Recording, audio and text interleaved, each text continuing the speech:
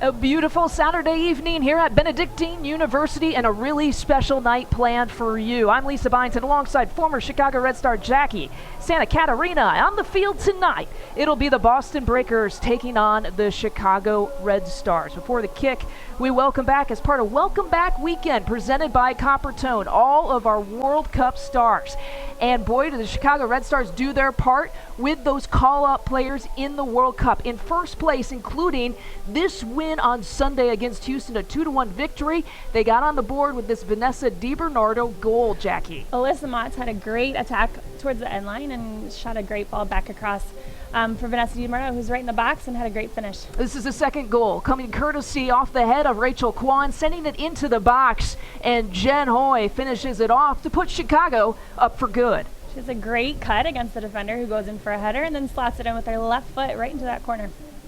3 points for Chicago with that win, 21 for the season, the Red Stars in first place. Meanwhile, there were 4 Chicago players playing for Team USA, and let's take a look back at that final against Japan. And what a final Carly Lloyd had off of the flick from the Red Stars' Julie Johnston. This was her second goal. In fact, Team USA scored 4 goals in the first 15 minutes. This third goal coming courtesy of Lauren Holiday off the volley. But how about this one, the most memorable goal from midfield for Carly Lloyd?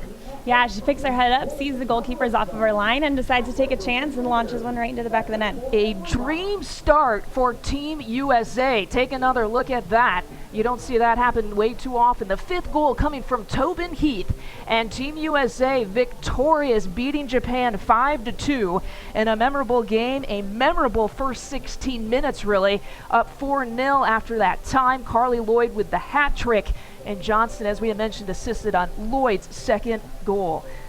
Tonight, we hope to have an unforgettable night planned. A welcome back to the World Cup players, a salute to Pride Night, a match that could keep the Red Stars atop the NWSL standings. Stay tuned.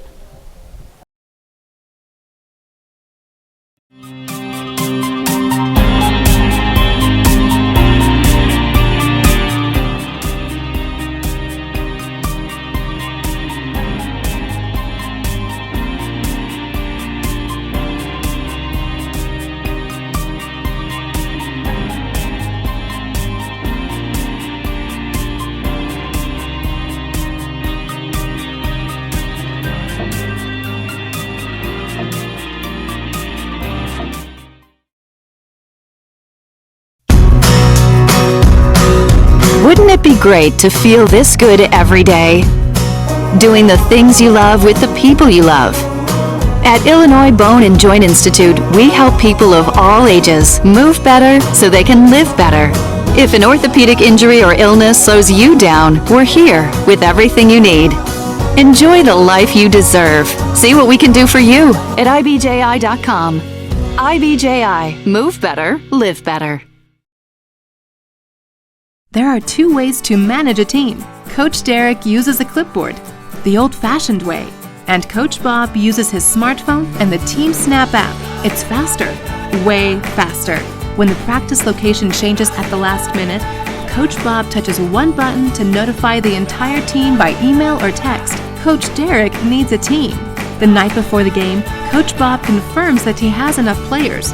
At game time, Coach Derek discovers he doesn't have a goalie.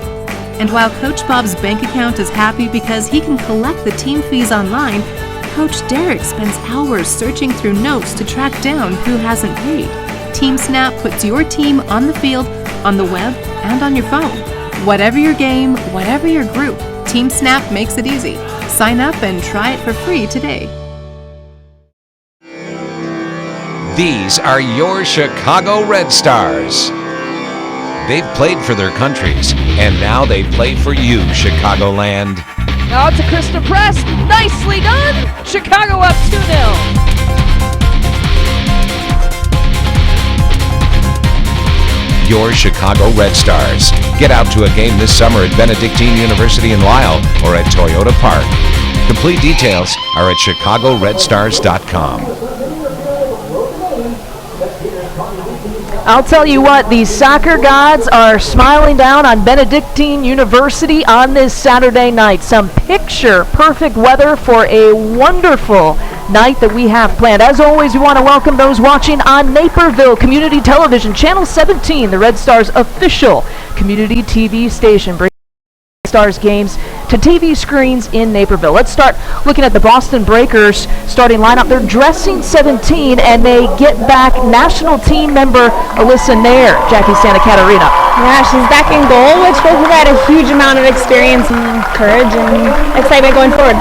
And for the Chicago Red Stars, Rory Dames actually starting Lori Kolupny, so the captain is back for Chicago. She is a familiar face back in the lineup and one of my all-time favorite players to play with. I'm so excited to see her back, especially off of an awesome World Cup championship. You see behind that graphic Kolupny and the three other U.S. players, Jackie Johnston, Kristen Press, and Shannon Box, all being honored here before the game. And of course, the Chicago Red Stars will honor all of the World Cup players, a league-high 8 of them, after this match is complete. Chicago comes into tonight facing the Boston Breakers with 21 points on the year. That is good for first place. In fact, they have really made a 6-week run at it at first place. They were off from first place in that top spot for about 24 hours, so to speak, when Seattle rain unseated them just briefly. But Chicago, as we showed you at the top, earned the 3 points against Houston last Sunday, is technically tied atop the standings with Seattle with points, but has won the head-to-head with Seattle for the season series. Again, this is the first match back, the first home match back here for the Chicago Red Stars, welcoming back all the call-up players. Karina LeBlanc, we did not mention her. She will be back in goal, so it'll be Nair against Karina LeBlanc, and squaring off goalkeeper against goalkeeper. Of course, LeBlanc announcing her retirement from the Canadian national team before this World Cup season began, and I had a chance to talk to her on Friday about how special it was to play in her home country, and she said when you dream about something like that, it actually was 100 times better than whichever she could dream. The reality was that much better. We are underway here at Benedictine University. The first place Chicago Red Stars taking on the Boston Breakers.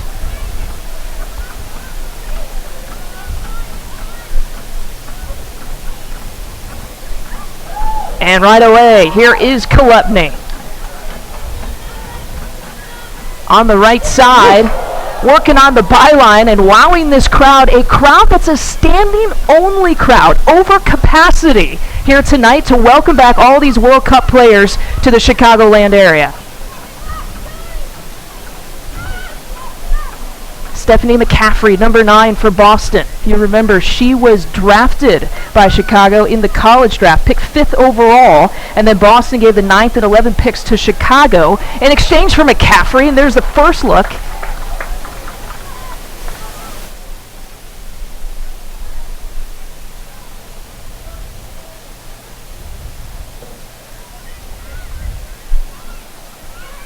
Amy Barsic will try to settle up against Sofia Huerta at midfield, and the foul against Barsic. And Sofia Huerta is one of those great stories with those World Cup players gone for Chicago. Sofia Huerta, one of the rookies, one of the young players for Chicago that's really stepped up. Yeah, she has kind of taken the goal scoring on her back with this team, and throughout the World Cup when all of the players were gone and those players that you kind of look to score those big goals in big games, she's really stepped up and helped this team up to the top of the standings. Erin Gilliland looking to take on.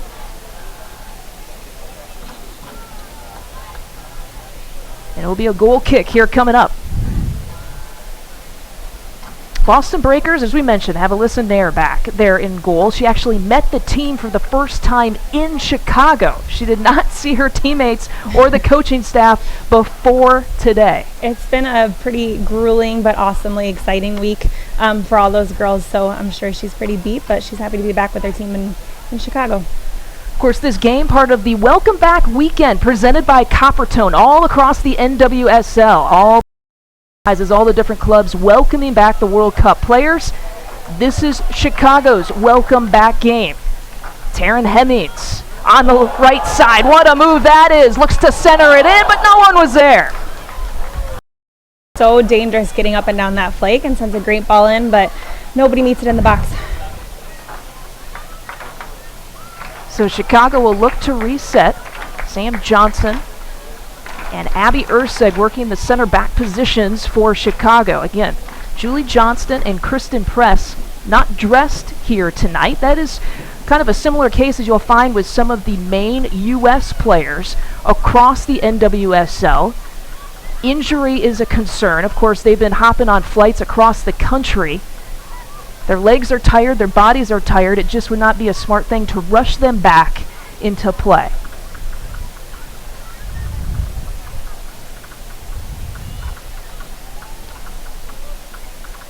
Still have the month of August left, so there's plenty of opportunities here for fans to catch all of the U.S. players and, of course, all the World Cup players taking part now again and all back here in the NWSL.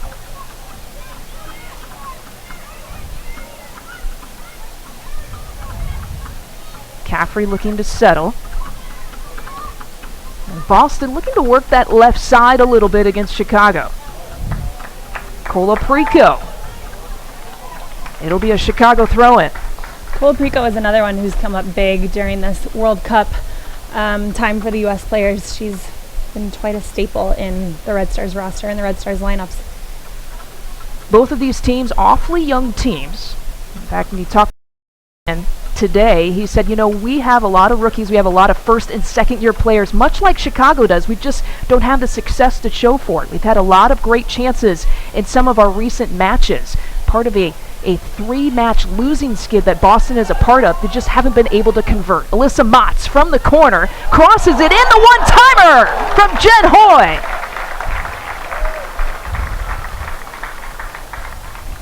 Good. You'll see a similar build-up to how they scored against Houston here. Motts attacks the end line and gets it in. Unfortunately, Jen Hoy comes short, and Alyssa Nair is there for the stop. And that's exactly why Boston is happy that Alyssa Nair is back with that kind of reaction. Again, she brings quite a bit of experience to this team, which is needed. Like you said, they have a young team, so they'll look to her for a little bit more experience going forward. Kristen Mewis will let her fly from distance. Mewis is the leading scorer in terms of goals with 4 here this year.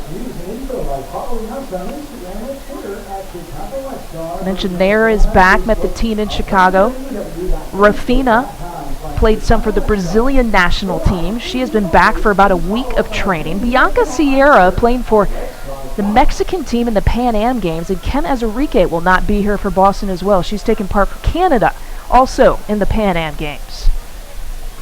So Boston missing various 4 players due to international play, whether it be the Pan Am Games or World Cup competition.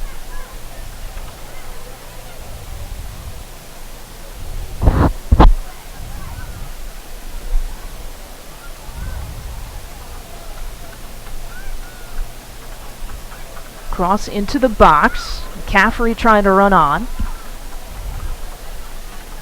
I mentioned the 3-match losing skid that Boston is on. In fact, they haven't picked up a win. The last time they picked up a win was back at the end of May. May 30th against FC Casey. But right now, Boston with its first corner opportunity. Here's Kristen Mewis. A service to the far post. And Chicago clears.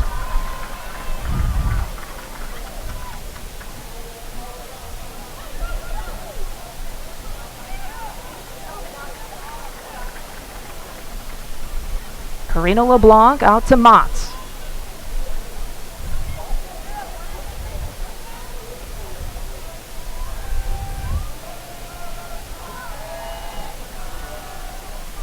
So far, do you feel one style of play is dominating over the other?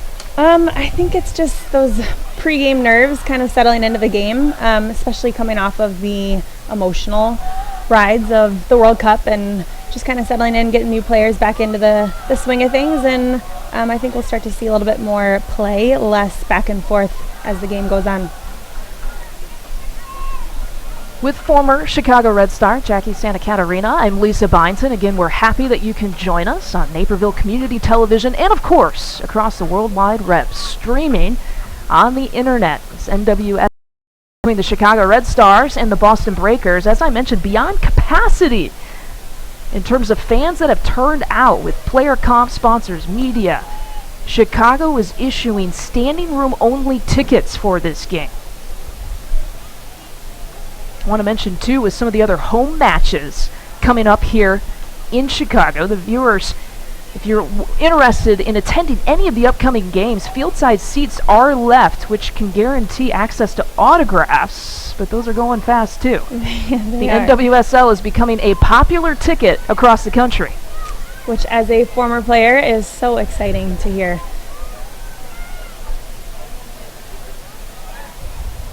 Boston on the attack.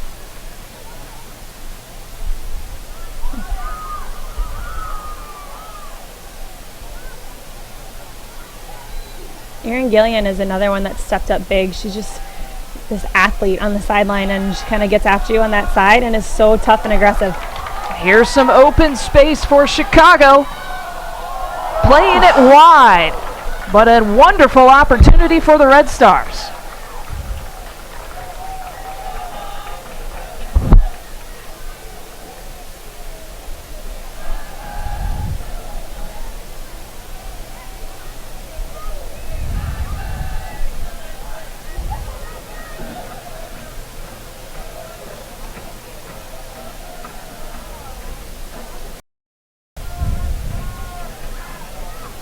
Ball in the air, Vanessa DiBernardo trying to win it. Talked about some of the rookies here on the Red Stars. DiBernardo, though only in her second season, has really tried to play the role of veteran in the midfield for Chicago. Here's another chance. And Boston handles it perfectly.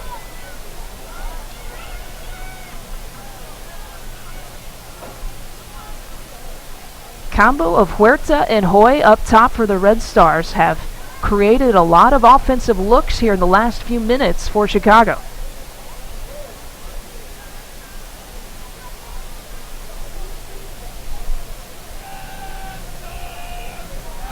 Lori Dames, again, as we had mentioned, deciding to start Lori Kolupny in the midfield. He was bouncing in between Kolupny, Shannon Box, and Rachel Kwan in that position, but he did start here tonight.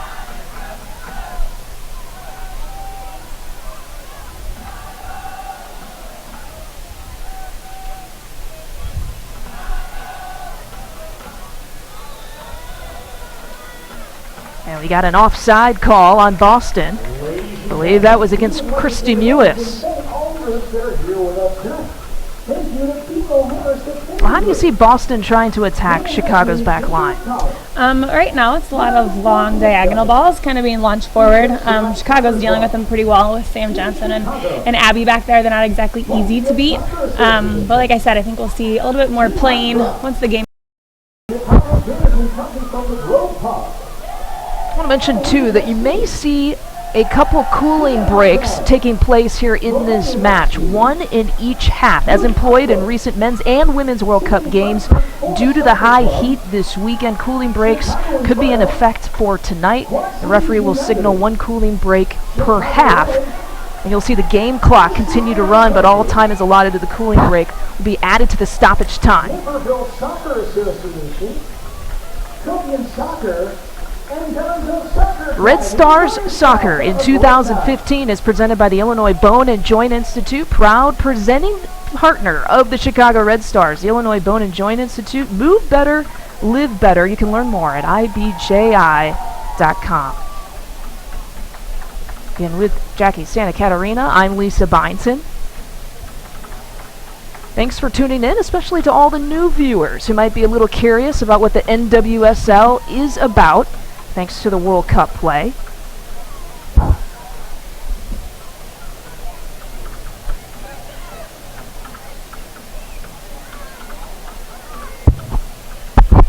Melissa Motts looking to turn, faces up against Molly Pathman.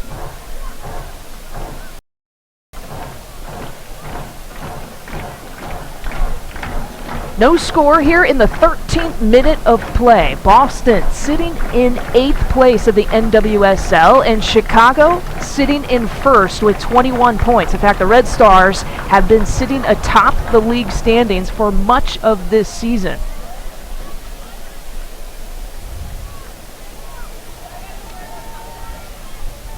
It's been something that's been impressive considering that they have lost 8, a league-high 8 players to the World Cup call-up. For all services and breakaway selections, best strategies, and Wilson Montage game. Now we're only parked on 105th Street, countryside on the Grange Road in Midfield on Grand Avenue. Visit CJ Wilson Mazda online at JulianMachines.com. Maddie Evans playing in this game for Boston. She was out the last time that Chicago and Boston met at Toyota Park. That was a 3-0 victory for Chicago back in May. And Tom Durkin said that that loss actually helped this club address some fitness issues that helped them make some strides here throughout the year.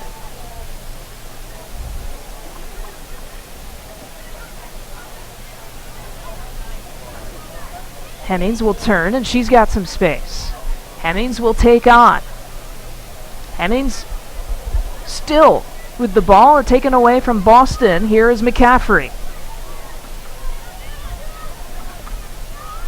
McCaffrey finds Pathman out to Barsick. And Chicago will get it back. The turn from Motts. She was looking up to Kolupny, had her on the left side. Chicago's kind of had their way on this right-sided flank. They're just coming short on that last final pass, but Taryn Hemmings, Alyssa Motts, they've been kind of up and down this side and been able to attack the end line and cut some balls back. Hopefully Chicago can get on the end of one soon. Here's Huerta. Huerta again, attacking left side. Aaron Gilliland. A couple of those centering passes has found no one for Chicago here early in this first half. Yeah, unfortunate, just because when you're playing against a team who's a little bit towards the bottom of the standings, to get on them early sends them into a hole, and it's so hard to get out of it when you're in 8th place. But yeah, Chicago's kind of fighting their way a little bit. We've seen a little bit more attacking style play in this half.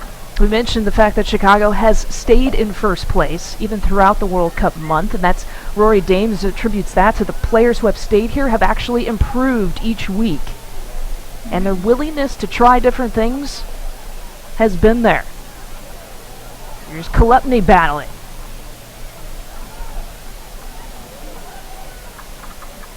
Back to Colaprico. To Gilliland. They found some success on the right side. Chicago's going to try it on the left flank here this time. Kolupny lobbing that one into the box.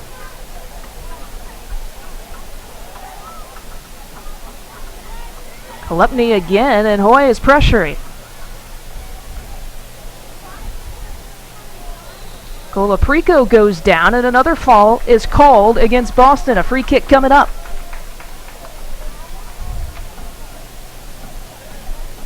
Chicago likes to get the ball down and play right away and kind of catch teams off guard like we're seeing right now.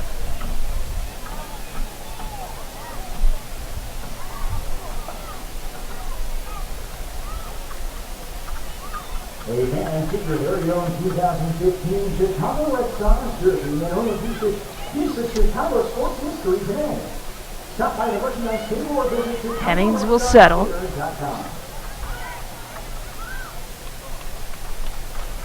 For some of the new viewers who are watching the Chicago Red Stars for the first time, since you're a former Red Star, Jackie Santacanarina, what can you say about the type of style that Chicago likes to play with?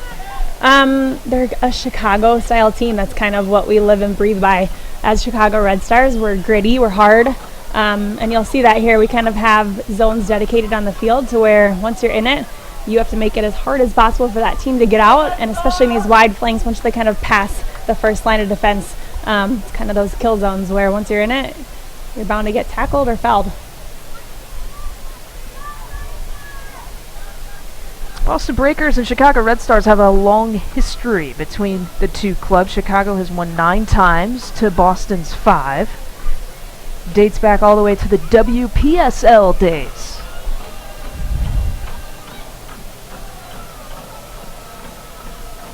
Boston doing its best, trying to possess here on the left side. It's Pathman sending it in.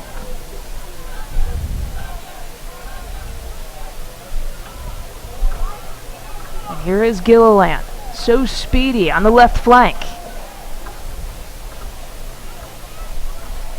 Chicago's able to get him after him on the wide space, but Boston's doing a decent job at cutting out the passes and blocking in anything up to our top players up front.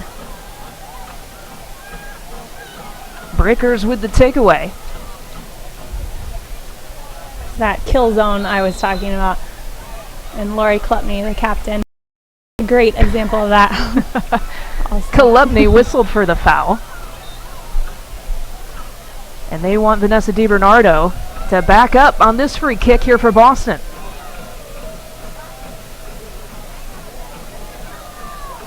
So the officials will talk to DiBernardo. Like that 10-yard cushion.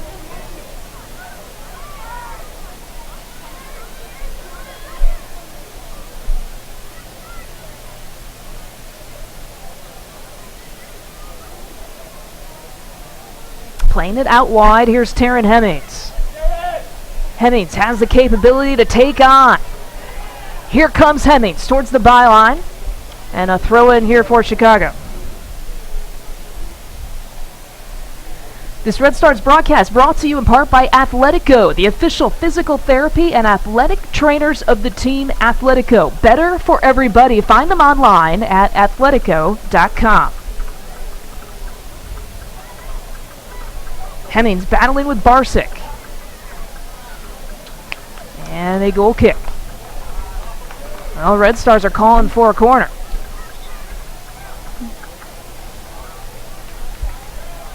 And the Red Stars will get it. The first corner here for Chicago means this corner kick is brought to you by the Illinois Women's Soccer League. For every Red Stars corner kick this season, IWSL will donate a game ticket to a local nonprofit organization. Vanessa DiBernardo with the service. Up to the top of the 6. And Boston handles it.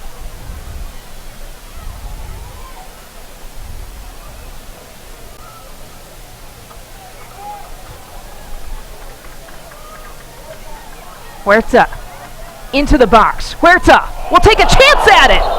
Hits the crossbar.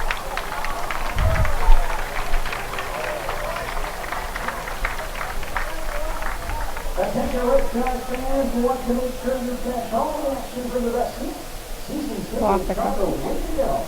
You can reserve yours with a deposit beginning at our next home game on August 1st. A great chance by Huerta there. One of the reasons why she's been so dangerous during this World Cup break is because she's so dangerous at cutting into the box and getting a quick, hard shot off, just like you just saw. A little bit high of the crossbar of the goal to hit the crossbar of the goal post here at Benedictine University. Here's Chicago again. Huerta again. Huerta out to Gilliland.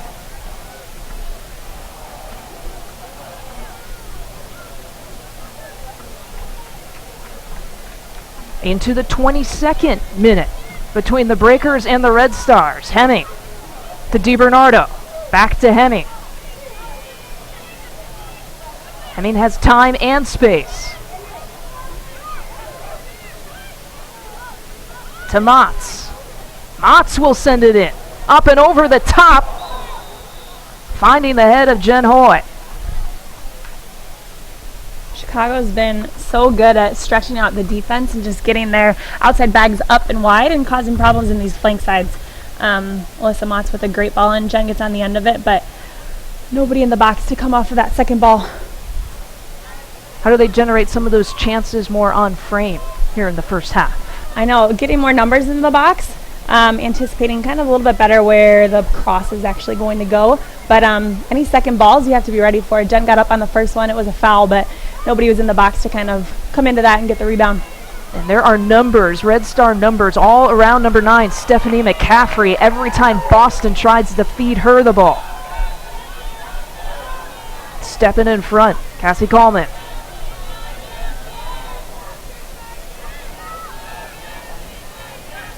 Boston looking to create some sort of combination. An attack, here's Pathman settling. Defensively, Chicago's goal is just to make it so hard once you're on one side of the field to switch it over to the other side. So you might see people take kind of a square stance, but it's all a pre-planned. I mentioned Sam Johnson, Abby Ursig handling the center back duties. Julie Johnston hoping to get back shortly for Chicago. They start a 2-match road swing. What is it like to play with Julie Johnston on the back line? I was fortunate enough to play with her on the back line and play in front of her in a holding position, and she just made my life so easy in terms of communicating. I knew exactly where to go. I knew if somebody was on my back. I knew where to step. She was so specific and so great with her communication. Here's McCaffrey.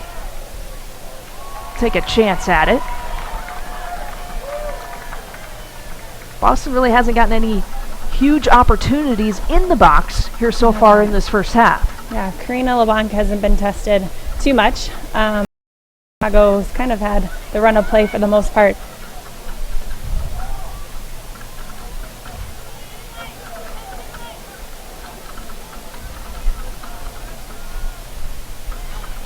Tom Durkin saying the last time these two clubs met, we got a whistle and a hard foul down on the turf. Looks like Lori Kolupny took a tumble.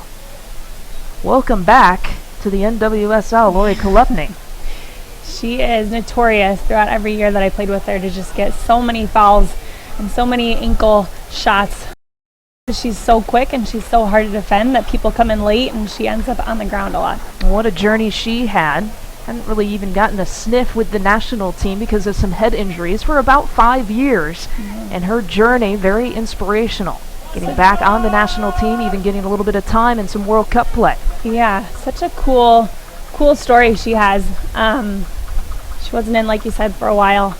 And then, for whatever reason, whatever doctors cleared her, she was able to get back in and was super successful. On the free kick, DiBernardo trying to go far post.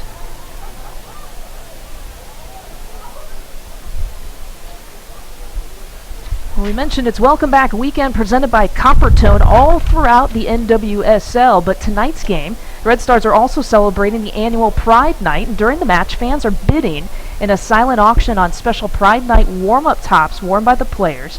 If you're interested in purchasing your own Red Stars warm-up shirt, you can pre-order yours at redstarsgear.com. It's something that they do every year. Boy, there's a lot of people here to bid on those pregame warm-ups tonight. Standing room only crowd here at Benedictine University. A battle between DiBernardo and Barsick. Here's Hoy. Drops it off to Hemmings. Hemmings was looking up top to Huerta. There's a run by Kolupny. Kolupny pushing up from the midfield spot. Here's Jen Hoy. Right side. Trying to go to the byline. Trying to go in line. It'll be a goal kick.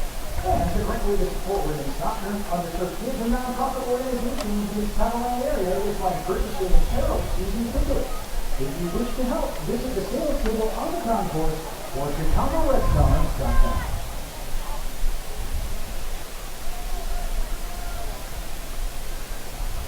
Unofficially, we have 2 Red Stars shots to no real shots here for Boston.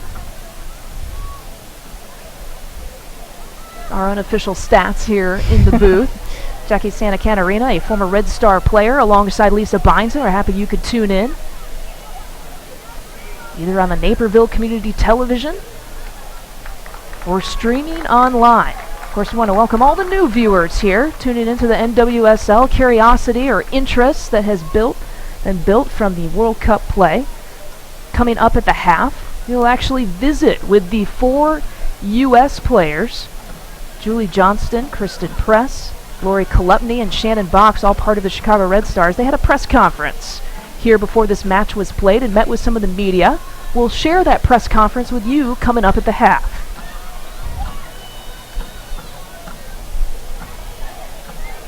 No between Boston and Chicago.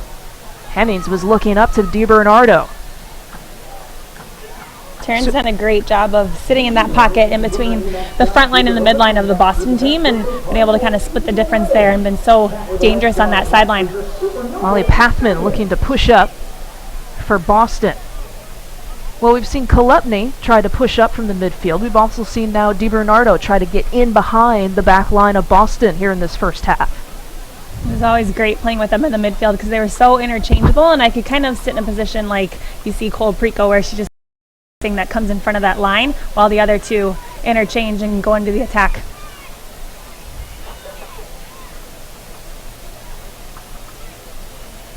A push from behind. Katie Schepfer.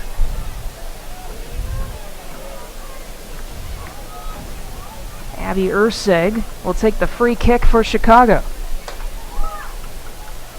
This Red Stars broadcast brought to you in part by Blooming Color, the official printer of the Chicago Red Stars. They've made area businesses stand out for the past 25 years and are looking forward to serving you as well for all your printing needs, whatever the size or scale. Find them online at bloomingcolor.com.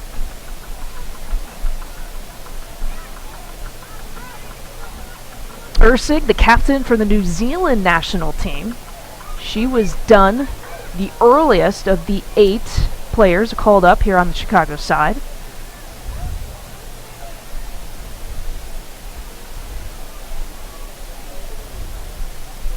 Eliminated after pool play. New Zealand was done a lot earlier than they would like to be done. Here's a chance. Schepfer up and over. Abby's another one who just brings so much experience to the back line. She might not be the loudest or the flashiest of players, but she's so consistent and so strong in that back line and can hit an awesome diagonal ball. She's great in the air. She brings a lot to this team. Karina LeBlanc getting the start in goal. Abby Ursig on the back line. We mentioned Lori Kolupny in the midfield, but Rory Dames had told me, hey, we're going to make each player, each World Cup player, earn her spot back. He said on Friday to me, we're going to evaluate everyone after we have about a week of training with everyone, and we will pick the group that gives us the best chance to win. It's hard as a team, especially when you've had so much success during this World Cup break, to kind of have all these new players come back in, these big names, and it's a hard transition. It's not to talk down onto anything that they can bring to the table, but you this flow and it gets a little bit interrupted and it takes a little bit to get back into the swing of things with some new names in here, and especially when there's 8 coming in.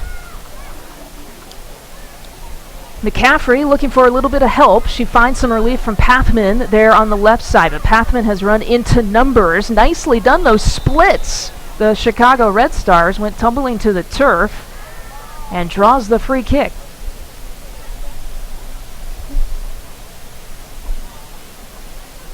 Again, you're kind of in that kill zone where if you get beat, you might get fouled. So they make it extremely hard to stay on one side of the field. They're just hard to beat across the field and have a switch defense.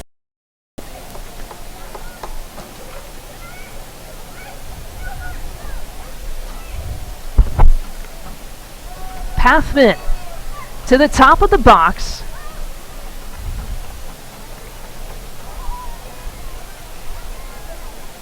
And Chicago will get it out of harm's way.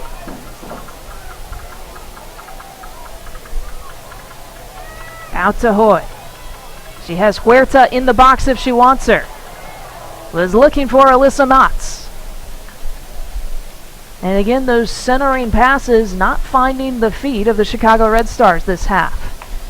They were a little bit short on numbers that time. Boston did a great job of just coming back and defending in the box, which made it hard to find anybody's feet. Mentioned the last time these two clubs met, Chicago won 3-0 at Toyota Park, and the concern of Boston's head coach Tom Durkin is that they ran out of gas in the second half. They were short 2 players in that match and had to do a little bit of patchwork. Of course, it was the first match really for both of these teams without their World Cup players.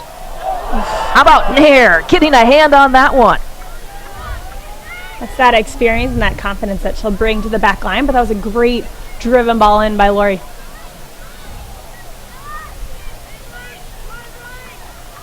Alyssa Nair, one of the backup keepers for the U.S. national team.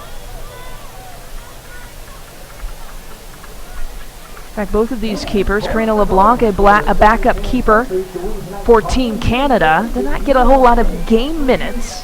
This is the most time that they've had. Slipping the pass through to Jen Hoy and an offside call.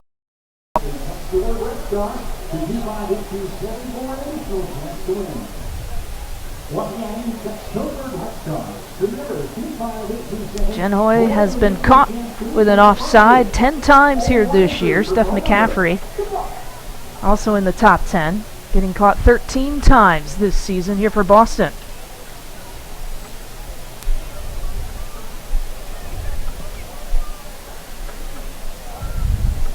There was a heat index warning here in Chicagoland, but there was a rain that came down just a few hours before this match began, and it's really cooled off the temperatures here at Benedictine University. Actually, is a pretty comfortable night here on this Saturday night. An overcapacity crowd, meaning standing room only tickets, were issued for this very special evening. It's Pride Night here for the Chicago Red Stars, and of course, Welcome Back Weekend presented by Coppertone. Something that to be celebrated across the NWSL. Here's McCaffrey. The 1-2 attempt for Boston.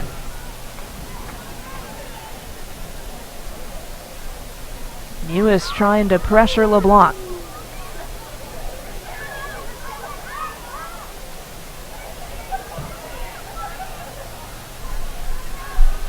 Into the 35th minute here of this first half with former Red Star Jackie Santa Catarina. I'm Lisa Byington. No score between Chicago and Boston. First place Red Stars, they've been there for many weeks. Cup players in the first 3 matches to start the year, and they've sustained that. 21 points here coming into tonight. Seattle also battling it here this evening as well. That match of interest here to Chicago. Of course, Seattle and Chicago duking it out for that top spot right now in the NWSL. It's a great sequence by Chicago to have it on one side of the field, little interchange in the midfield, and they found it down the left flank, and again, they're just missing that final pass on goal.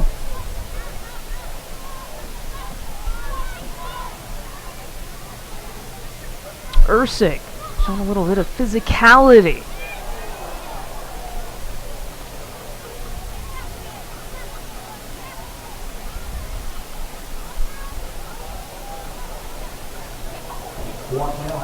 All the way to Central and everything, Chicago Red Stars, Chicago Red Stars newsletter today. Visit the intro for the concourse and leave us your email so you can get the most updated news. Sam Johnson will reset.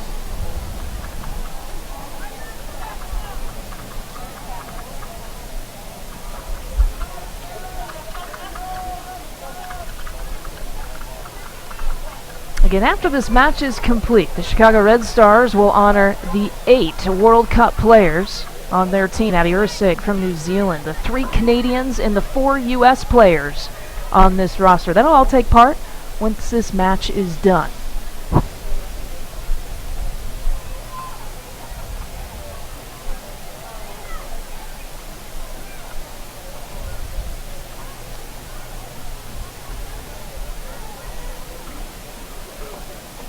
Boston's holding a pretty deep first line of defense right now, which makes it easy for Cole Prico to come into that space and pick something up. But they are doing a pretty good job of, once it's in a space, they step pretty hard. We talk about Rory Dames and Chicago Red Star style of play, but you're familiar with Tom Durkin's style of play as well. What do we expect from Boston for some of the new viewers who might be tuning into this match? So far, I was surprised. I thought they would find Shepard's feet a little bit more. She's a good target forward. I played against her in college, and she was just so strong when she had her back to goal and her foot on the ball. But they've been finding that diagonal ball a little bit, but they're a little bit unsuccessful in terms of finding a rhythm right now. Kudos to Chicago defense. Now another offside call.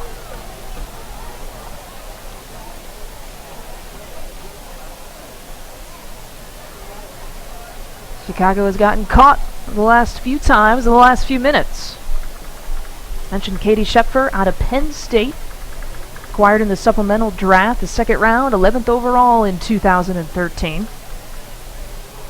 Was the Big Ten Offensive Player of the Year back in 2009. And she certainly is a physical presence for Boston out on the field. The flick on, right to Chicago.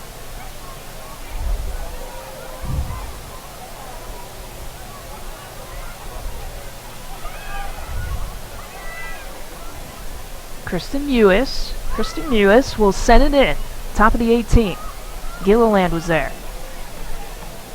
Here's Amy Barsick trying to send it back in. Will go wide, and a miscommunication there for Boston. All these clubs across the NWSL have to work to integrate these World Cup players back into play. What is the key in terms of not only integrating the talent, but just blending the chemistry in a situation like this? Honestly, time.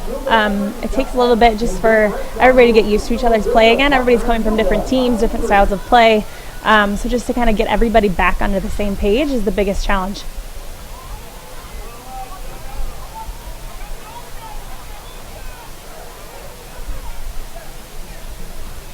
Throw in coming up. One last order of business in this half. You may not realize it, but the Chicago Red Stars Academy offers girls ages 8 to 17 elite training through residential day camps, personal training, and team training throughout the Chicagoland area and even into Indiana and Wisconsin. To learn more about how your daughter or your team can train with the Red Stars, head to redstarsacademy.com.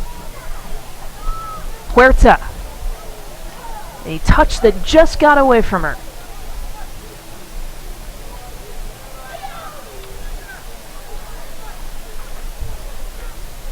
If you're just joining us, the Chicago Red Stars in first place in the NWSL, facing the 8th place Boston Breakers. It's a series that dates back several years, back to the WPSL days. Alyssa Nair getting the start. U.S. national team member in goal for Boston. Karina LeBlanc getting the start in goal, coming off of her Team Canada appearance in the World Cup. And then for Chicago, Lori Kolupny, Abby Ursig getting the start for the Red Stars.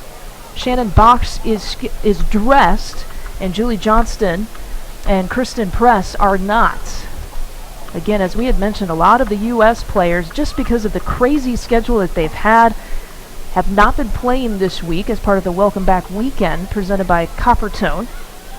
To be expected. They got to take care of their bodies first, go through some training next week, and then there's still plenty of NWSL season left to catch up on the right side. Breakers. The second corner kick of the half here for Boston, and it comes in the 41st minute. No score here between the Red Stars and the Boston Breakers.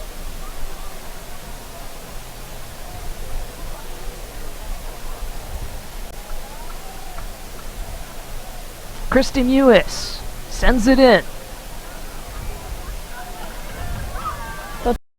And target Julie King on those corners. She can jump through the roof. So if you see her kind of moving around and trying to free herself up, she is most likely the target for Boston in on those corner kicks.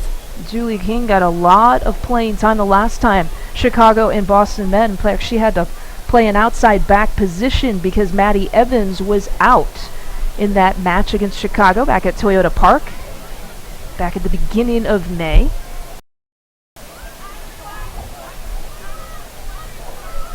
And so the 42nd minute of this first half. Pathman will send it in. LeBlanc chasing after it. Here's a chance for Schepfer. Will send it right back. LeBlanc with the save.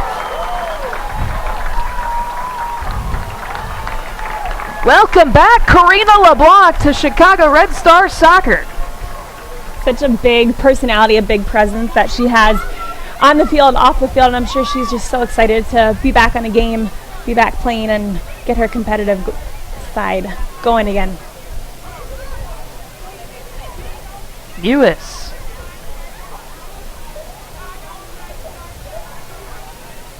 Try to reset up to Maddie Evans. Evans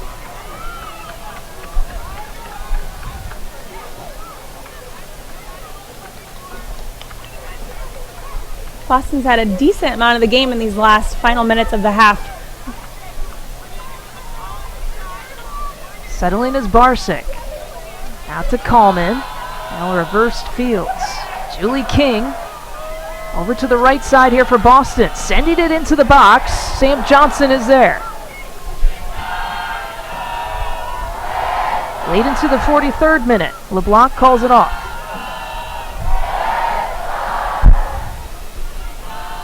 Karina LeBlanc started the first 3 matches of this season at a 1.33 goal against average in that time.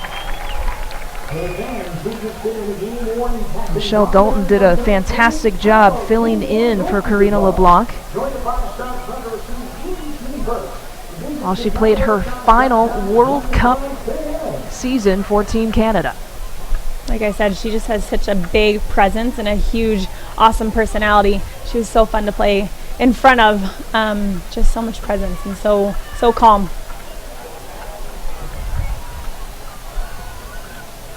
Nair will clear.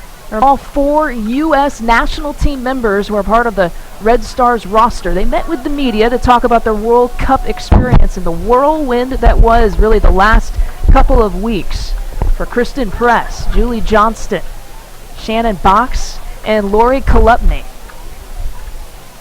I listened in on some of it. Shannon Box, who's been a part of several different World Cups, I think put it nicely. She said, I wasn't a part of the 91 team, but the 91 team came home to no one. It's a much different world now with social media and the kind of stage that this women's team has been put on in the last couple of weeks. It's been fantastic to watch. It is really cool to see just how much the sport and everything has evolved.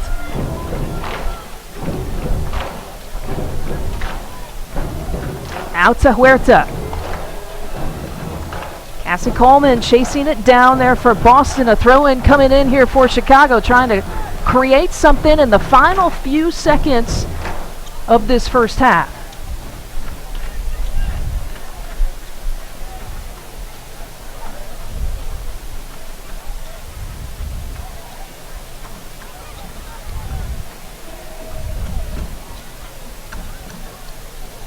Former Red Star Jackie Santa Catarina.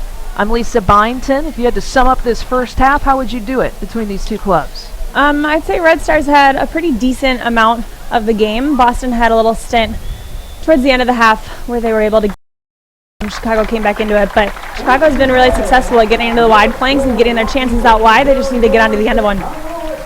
No score here in this first half. The first place Chicago Red Stars, 21 points here on the year, taking on the 8th place Boston Breakers. Part of the Welcome Back weekend presented by Coppertone, also a part of Pride Night, a very special night with a great crowd here on hand at Benedictine University. Again, we're going to toss it to the half, and right around the corner after this break, you will get to tune in to the press conference with the 4 U.S. national team members, a part of the Chicago Red Stars, as they talk about their memorable last 2 weeks. You won't want to miss it. Stay tuned.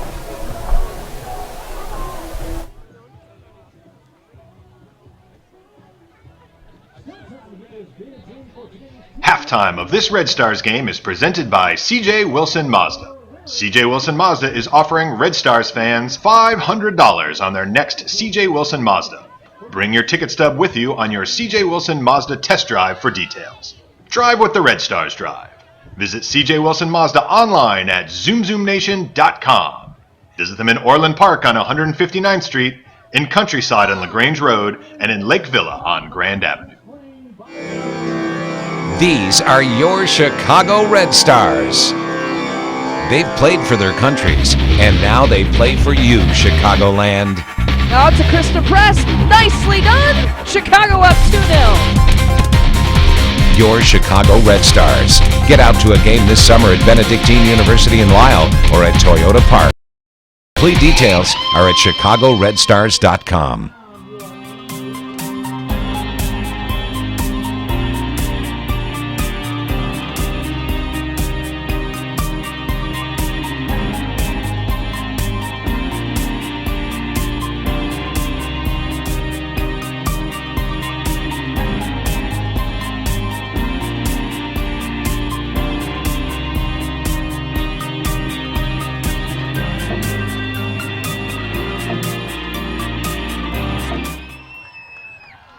Halftime of this Red Stars game is presented by CJ Wilson Mazda. CJ Wilson Mazda is offering Red Stars fans $500 on their next CJ Wilson Mazda.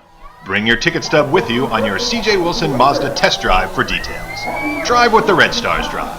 Visit CJ Wilson Mazda online at zoomzoomnation.com. Visit them in Orland Park on 159th Street.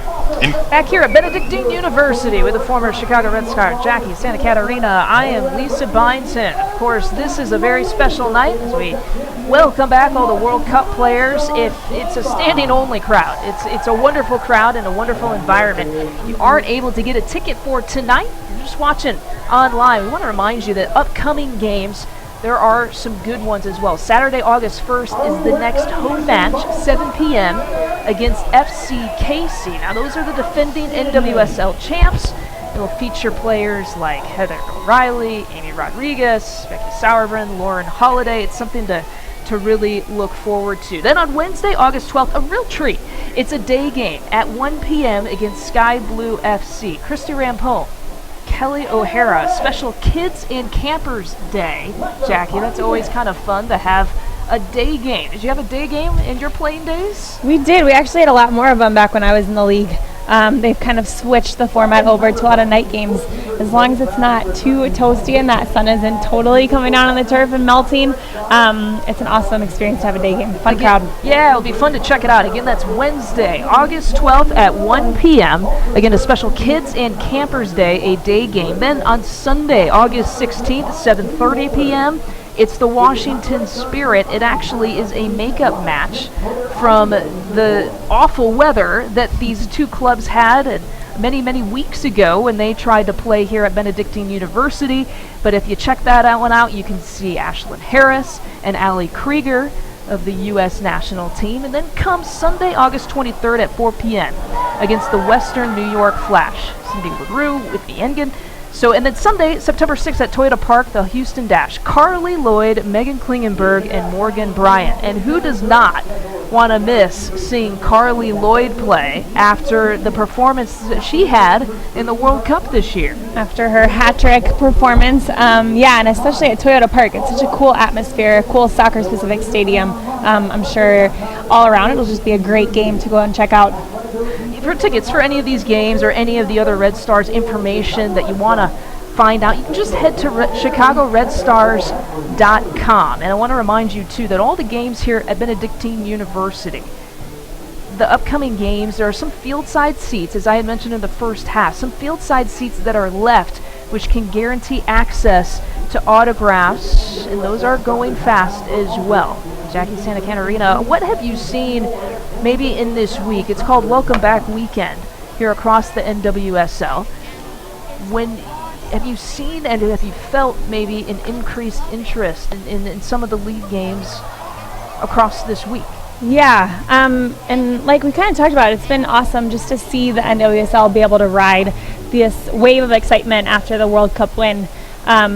Awesome for the league, awesome for the notoriety. We've been along for a few years now, and it's so exciting to be able to have this awesome World Cup win on our backs now and be able to, like I said, ride the wave from it. Almost as exciting as the bubble soccer that we get to watch here at halftime. No score, as you can see at the top of your screen, between Chicago and Boston. At some point here at the half, we hope to get you the press conference of the 4 U.S. players who are part of this Chicago roster team. They met with the media before this match began. I sat in, and it was interesting to hear their take on how things have changed, their aspirations of where they hope that this World Cup win can take women's soccer here across the country. How does the NWSL in women's soccer continue the momentum that the women's national team has started? Like we touched on, there's such a cool platform for these players right now. With social media, there's so many different outlets that people can be open on and just kind of have the media drive the presence and excitement of all that's kind of going on with the league right now. Julie Johnston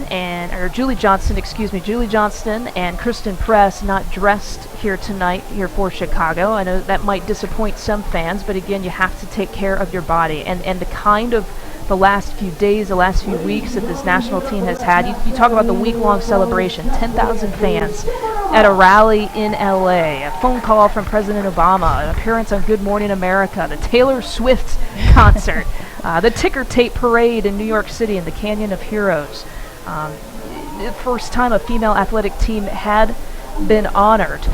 Sports Illustrated cover shoots ESPYs in LA. It has been a whirlwind. So let's hear from exactly the voices from the 4 U.S. national players as they met with the media and described this experience in their own. 2015 Illinois High School Girls Soccer State Champion, the U.S.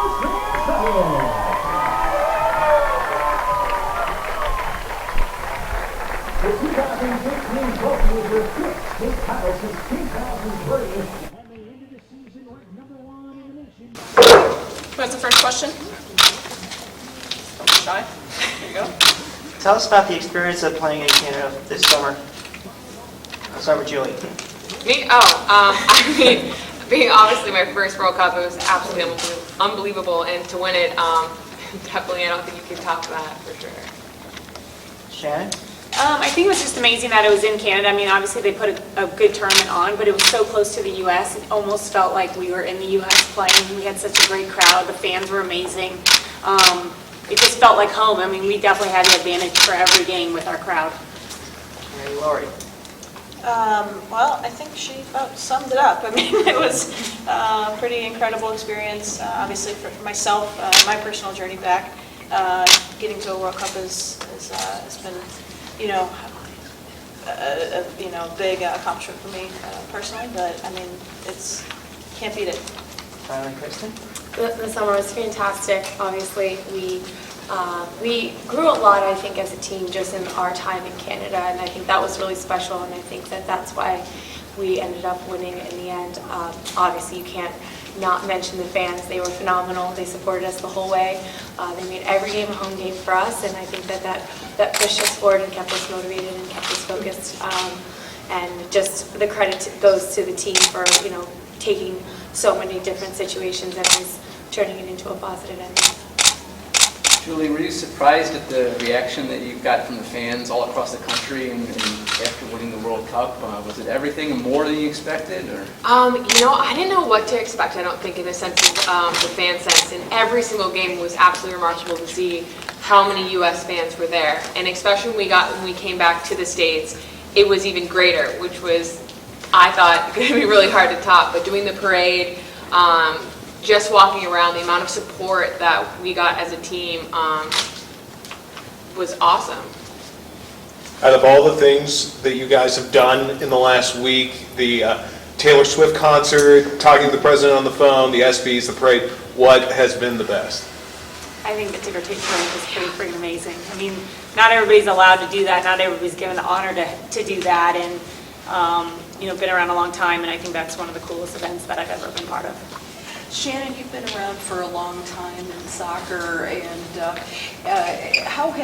can you put into focus how this has changed over the years? Has it gotten? Is it bigger, better? The fan support, the reception of this soccer in the U.S. It's gotten so much better. I mean, you see back in 2003, you see back in even 91, go back that far. I wasn't on the team then, but I do remember it.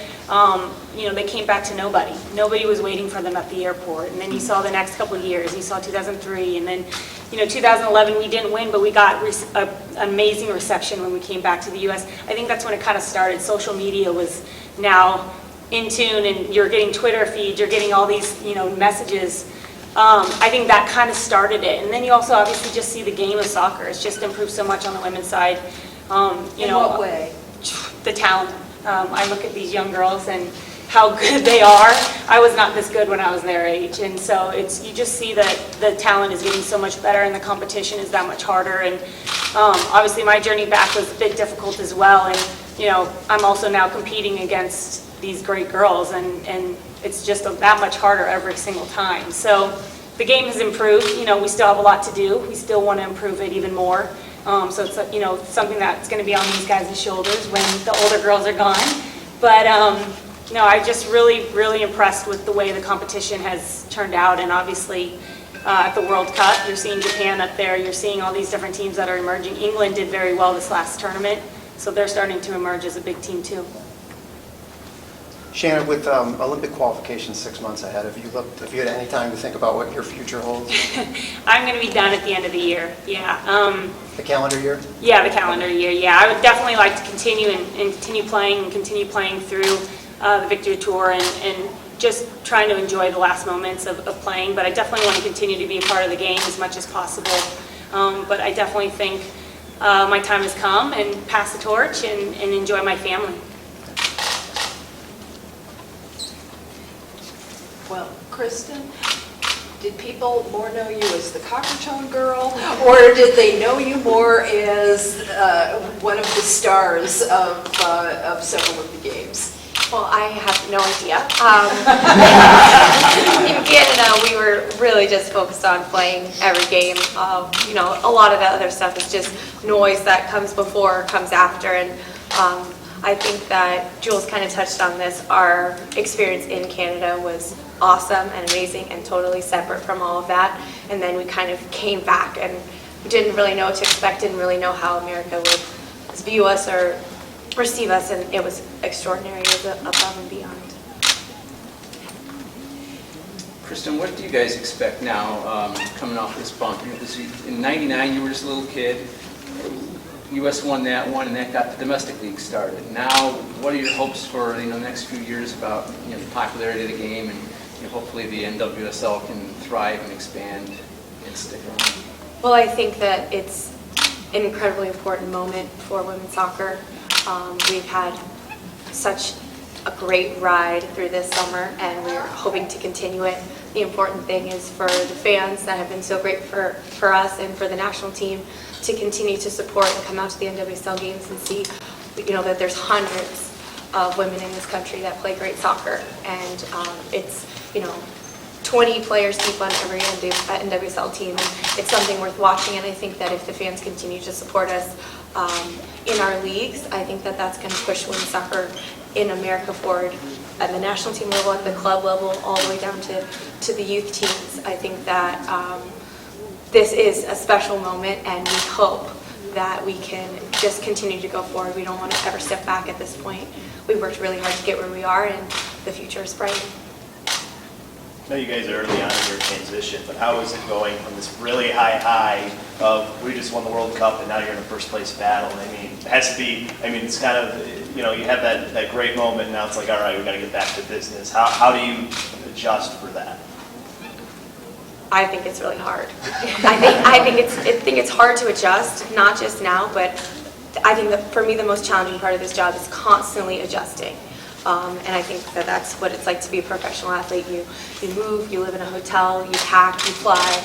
We're just constantly adjusting, but everything that we do is a learning experience. And as a human being, you grow. And when I got back to Chicago and I, put all my stuff down, I just felt like this rush of emotion again. Like, now I'm back and now I'm starting this new chapter. But it's always exciting, and this team has done phenomenal while we were gone, and that puts us in a great position to come now and start to dream again, start to dream about winning the NWSL. And it's ups and downs, and some things seem so big, but we're all here because we love the game, we love to play, and now all of our mindsets are going to be on NWSL and trying to bring home the title. During some of the earlier stages of the Cup, do you think the team had a sense of how much a win could potentially mean for the women's game in America? You mean like winning the whole thing or winning those winning games? The World Cup. I think so. I think we want to do it for many reasons. I mean, we started the She Believes campaign because we absolutely believed that we could do it in the end. And, winning the World Cup, I think you have this platform that you're available to reach out to younger kids so they can see things happen and see our dreams that we're playing for in those games. So I think we kind of had an idea that it would possibly be able to, but I think for how much the fans and young players and the youth that it really touched, I think excelled, if not did even better. couldn't help but notice when they presented the trophy, there was like, between the time you guys won and then the time the ceremony was, there was like 20-minute lull, and you all seemed like really jonesing to want to get up on that stage and get the trophy. Was anyone just like moving along? Can we please get up there? Can we please get our trophy now? It seems like it was a minute and a half to me. Yeah, I was like, what, 20 minutes? It was I think we're just still enjoying the emotion, and obviously the atmosphere was still there. So many people stayed to watch that ceremony, and for me, I was just super excited to be cheering. And obviously we were so excited just to like be part of the team and be on there and be on the field, and we wanted to get that trophy for sure. We wanted to raise it high, so.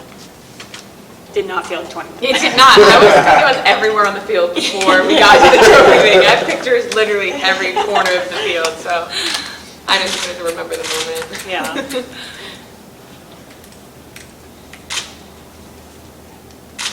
Lori, one of the things that seemed to unlock the U.S. in the last couple of games was switching to a three-player central midfield. We've all seen in Chicago what you can do in the midfield. Is there any thought of you being able, especially with Lauren Holiday deciding to retire, that you might get a chance to fill one of those spots for the U.S.? I honestly have no idea what the future might hold. I just looking forward to the victory tour, and then obviously World Cup qualifying right around the corner. I mean, it's, I'll play wherever the team needs me, and anywhere on the field would be wonderful.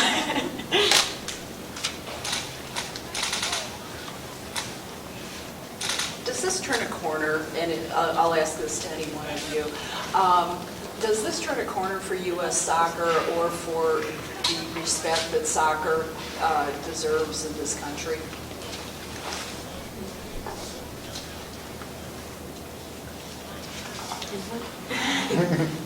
I think we hope so.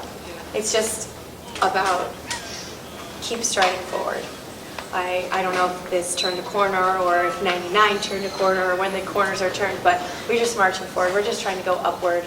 I think that a lot of us play so that the young girls can look at our team and go, I can do that. And that's why I thought the ticker tape parade was so special, because we looked out into the crowd and there was girls there, and I could see it in their eyes that they're like, I want this and I can do it, and they can.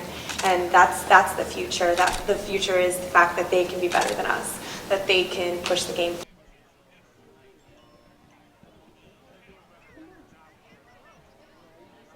Here at the half, just moments away here from beginning the second, between the Boston Breakers in town to take on your first place Chicago Red Stars. With a former Red Star player, Jackie Santa Catarina, I am Lisa Byington, and here's your upcoming home games, home matches here for the Chicago Red Stars, starting August 1st at 7 p.m. It's FC Kansas City, where you get to take in Lauren Holiday, Becky Sauerbrunn, Amy Rodriguez, and Heather O'Reilly. And then Wednesday, August 12th at 1 p.m., that is a special day games against Sky Blue FC. Christy Rampone, Kelly O'Hara. And it's a special Kids and Campers Day, as we had mentioned. Next, it's a makeup match on Sunday, August 16th at 7:30 p.m. against the Washington Spirit. You can watch Allie Krieger, Ashlyn Harris. And then Sunday, August 23rd at 4 p.m. against the Western New York Flash. Finally, Sunday, September 6th, it's a big one at Toyota Park against the Houston Dash. And as we had mentioned, Carly Lloyd will be in town, Morgan Bryan, Megan Klingenberg. For tickets to any of these games that might interest you, or for any other Red Stars information, you can head to ChicagoRedStars.com. Again, we are just moments away here from beginning the second half, and take a look at this over-capacity crowd, Jackie. I mean, this atmosphere, they're going to get into it a little bit here in the second half. Standing room only tickets have been issued here at Benedictine University, and that has really been the case. A lot of great crowds have shown out and turned out here for the NWSL this past week. Yeah, it is so cool to see a sold-out crowd here at Benedictine. I can't say that I've seen a crowd this large in my soccer tenure, so it's awesome to see how excited everybody is about the World Cup and how many people are starting to gain a little bit more knowledge about the game. Yeah, it's all part of the Welcome Back weekend presented by Coppertone across the NWSL, where all of these clubs, all all 9 clubs welcoming back all of their World Cup players. Of course, it's very special when a team has some of the U.S. national team members. Of course, Chicago has 4 of them. Kristen Press and Julie Johnston, Shannon Box, Lori Kolupny. Lori Kolupny actually getting the start in the midfield here tonight. Julie Johnston and Kristen Press are not dressed, got legs. Julie Johnston, of course, getting all kinds of back line for Team USA in World Cup play. Karina LeBlanc getting the start in goal for Chicago. And on the other side, Alyssa Nair, who has proven to make a presence here in the first half. She got the start and is back here for Boston, and they're awfully happy about her return as well. Yeah, like we talked about, they have a very young team, Boston, so she brings a huge amount of experience to the back line and just to the team in general. Katie Shepford had 2 shots on goal to lead Boston here in this first half. Jen Hoy had 2 shots to lead Chicago in the first half. Corner kicks, Boston had 2 to Chicago's 1. I don't see any subs for the Red Stars made. You see Lori Kolupny still on. I wasn't sure how much time she was going to get just coming off of that huge World Cup ride, but she is still in that middle spot. Yeah, we talked about her fitness, though. It doesn't look like she has lost a beat. Yeah, she is one player that she just never gets tired. And even when she's tired, she has that fake-it type mentality where you would never know it. She's one of my favorite players to play with. So much energy, so much experience she can bring. We know we have some diehard NWSL fans tuning in across the web and our Naperville Community Television broadcast as well, but we might have some new viewers too. And if you're hoping to watch some of the U.S. players, again, as we showed you that graphic, those are some of the home matches. You can actually come and attend, buy a ticket, or you can tune in again to our broadcast and watch some of those U.S. players. They had quite a week of celebration. You saw them talk about it here at the half. They talked about it with the media before this match began. It's been a whirlwind week for them, and a lot of them across the board and across the country have had to take this week of rest. They hope to be back in training with their clubs here in the next few days. Yeah, Julie Johnston and Kristen Press are off the roster for this game, but there is still a chance that you'll see Shannon Box, Melissa Tancredi still on the bench. Some big faces that you might still be able to chance to see tonight. But like you said, they've just had a crazy week from the ESPYs to Good Morning America to a huge parade. So much going on, but their bodies are just pretty shattered right now, and it would be just too risky to play them. Colaprico up against Pierres in the midfield. Here is Kolupny. Again, Lori Kolupny getting the start in the first half, and again beginning the second half there in the midfield for Chicago. Rory Dames, the head coach for Chicago, talked about this weekend how when all the World Cup players are back, he's going to wait through a week of training to figure out who's going to give him the best chance to win. Again, Chicago, even with a league-high 8 call-up players to the World Cup, have been able to sustain their position in first place in the NWSL. Which makes this transition a little bit harder. Sam Johnson, she's so good with her timing, so hard, so good 1v1. And Johnson, one of the players who've had to anchor down that back line during this World Cup month.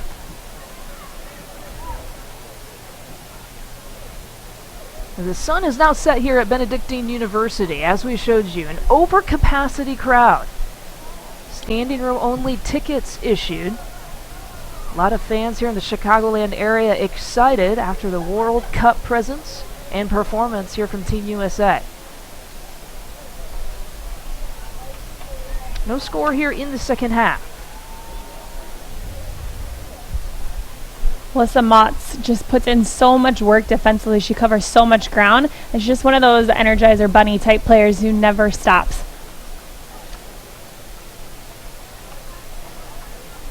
Look at Tom Durkin, the head coach for Boston. When I spoke to him earlier today, he was concerned the last time that these two clubs met and mentioned Toyota Park. It was a 3-0 victory for Chicago, and he really felt like his club ran out of gas in the second half. So that will be their challenge here tonight.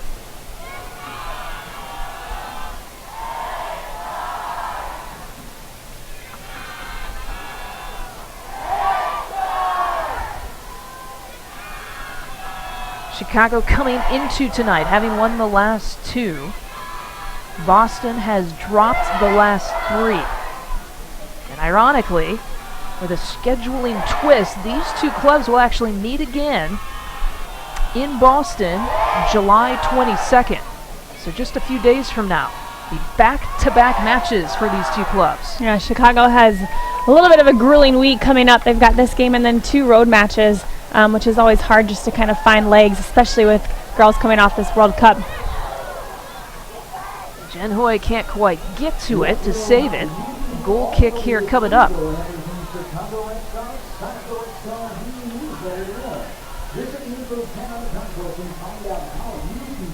The Red Star Soccer 2015 presented by Illinois Bone and Joint Institute, a proud presenting partner of the Chicago Red Stars. Illinois Bone and Joint Institute. Move better, live better. Learn more at ibji.com.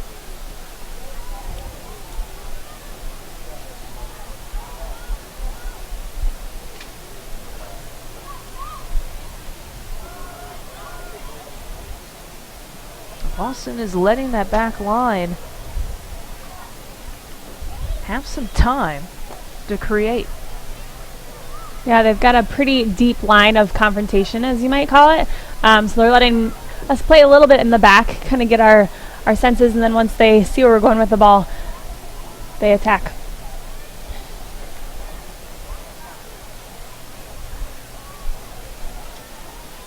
Boston's definitely starting to push their outside backs more forward a bit. They're not bunkering in quite as much.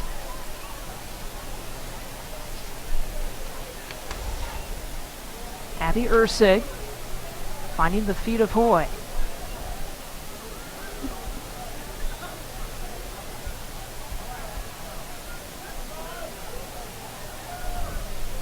Morgan Marlborough of Boston starting on the bench in this game. 3 goals already in this season. Was a teammate of Sofia Huerta at Santa Clara for a year.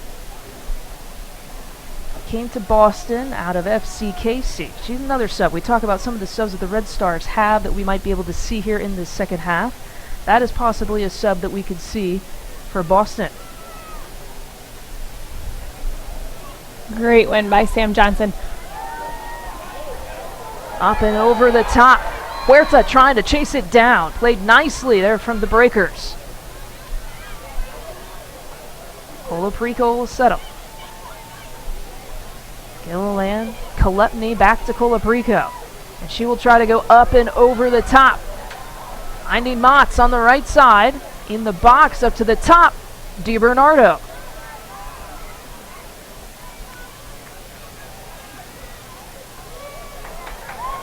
A nice move into the attack for the Red Stars. Out to Lori Kalepny.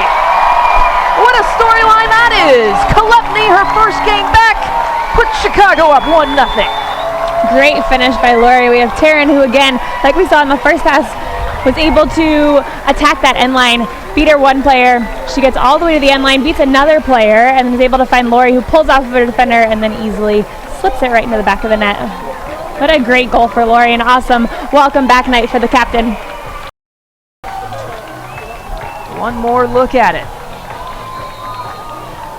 Again, Taryn Hemmings beats one defender, has another step to her, and then you see Lori kind of hold off her run, lets her defender keep running towards the goal, and is able to free herself up and find an awesome opportunity right into the back of the net. Lori Kalepny's first goal of the season.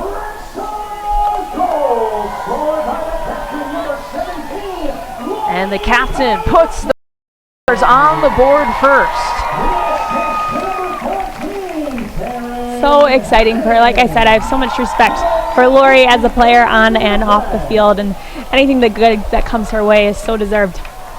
Leah mentioned had been away several years, about 5 years away from the U.S. national team, had suffered some head injuries. Yeah, a very cool, crazy story that she has, and kudos to her for sticking it out as long as she did and kind of biting away at any chances that she got with the national team again, but was a captain at one point for the Olympic win, didn't get in there for a while, and then kind of made her claim back into the lineup and back into the roster for the World Cup. She said the coolest thing, coming back from the World Cup, getting messages from old teachers or old classmates, people you haven't spoken to in a long time, and then you realize they're paying attention to your journey.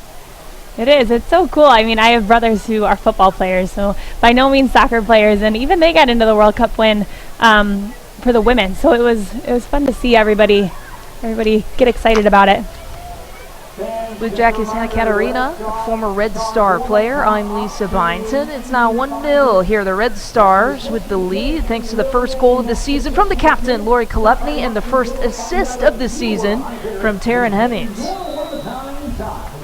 Lori Kolupny, I asked her, I said, what's it like to have the World Cup experience and then come back here to Benedictine University and be the captain here of the Red Stars? And she just said, you know what, I just don't want to ruin what they have so far since we've been gone.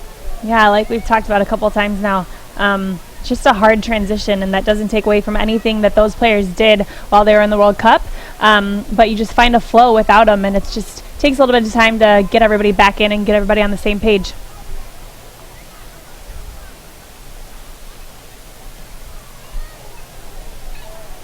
Service into the box there from Evans.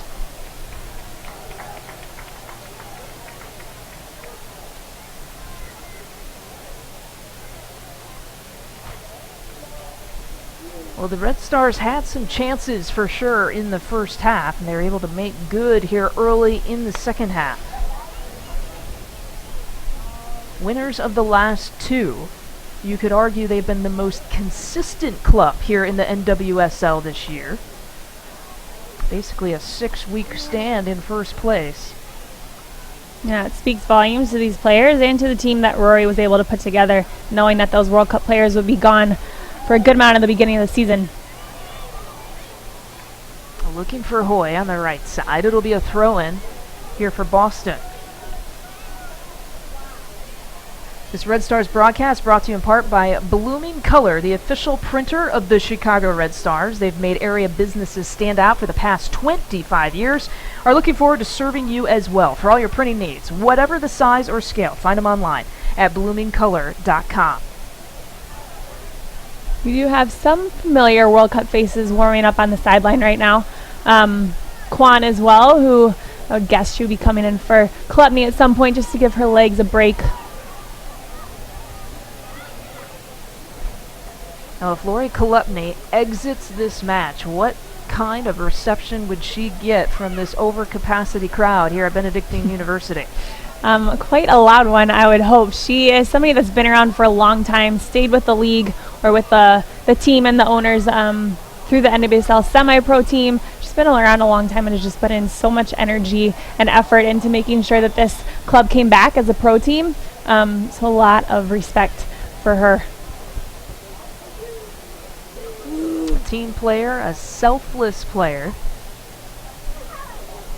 Selfless is a great way to describe her. She's not that loud vocal leader on the field. She's quiet, she puts in the work, and she just demands respect by how much energy she puts onto the field.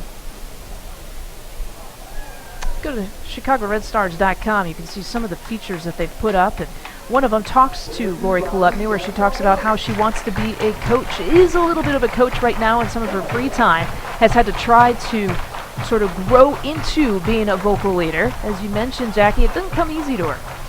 No, she's just such a soccer brain, and she genuinely just loves soccer. I remember her telling stories about how when she was younger, she'd just go in the backyard and try to beat any leaves that were on the ground with a soccer ball. So she just loves the game, loves everything about it, and I'm sure the vocal side will come. That's the easy part. Beautiful night here at Benedictine University, part of the Welcome Back weekend presented by Coppertone. Something that's taken place across the NWSL. Here at Benedictine University, it's a 1-0 lead between the Red Stars and the Breakers. Katie Shepford, number 88 for Boston, has been the big offensive presence in this match for the Breakers. Mott's trying to run on. And a foul in the box. It'll be a Boston free kick.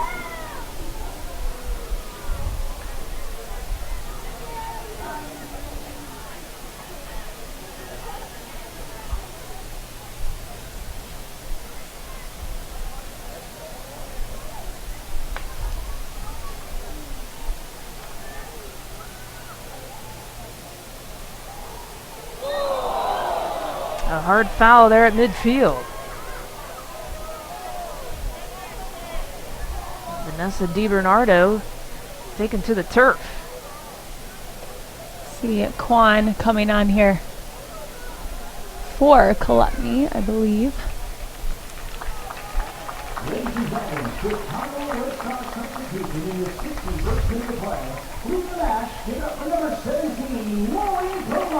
Listen to this reception.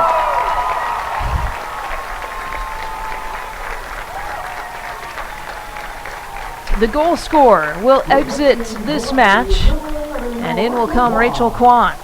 What a way to come back from the World Cup and kind of stake her claim. And like we said, a hard transition for a team to kind of have new faces come back in. And she definitely made it obvious how comforting she is to have on the field. Roy Dames was deciding between Rachel Kwan and Lori Kolutny, and Shannon Box in that spot in the midfield. Decided to go with the captain here to start. Erin Gilliland on the left side. What a move! Cuts into the box. Gilliland at the top of the 18. What an exciting player Erin Gilliland can be for Chicago. She is. She's so athletic, a little bit raw in some spaces, but just can get up and down that sideline so fast and powerful. 8th overall in the draft. Part of that exchange was Stephanie McCaffrey with Boston. Chicago drafted McCaffrey.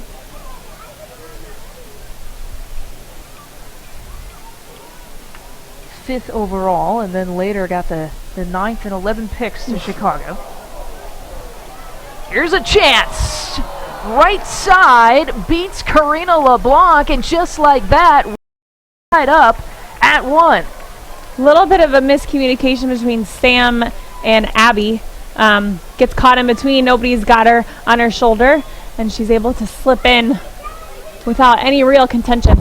And this is what makes Stephanie McCaffrey so dangerous.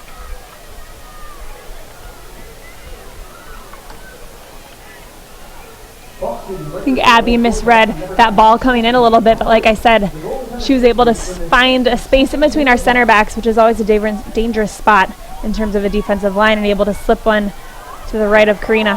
McCaffrey's 3rd goal of the year. Countering. Here's Jen Hoy. Cuts it back. Hoy! Oof.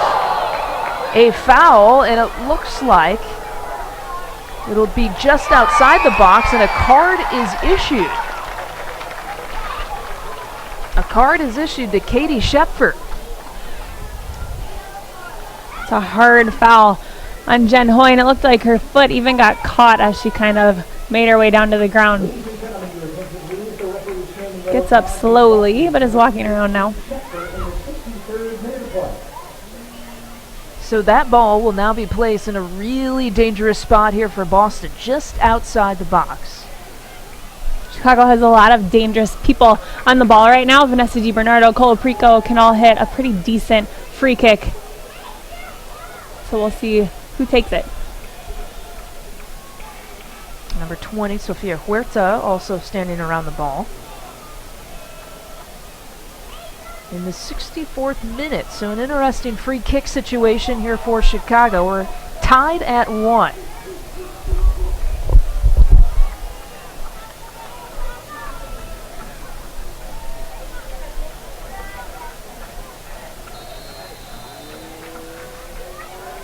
It'll be DiBernardo, goes right at the wall.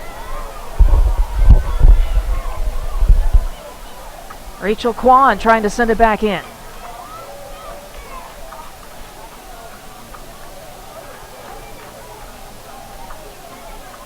Unfortunate for Chicago, Boston really hadn't even had a glance on goal this half. They went up 1-0 and then kind of gave away an easy chance.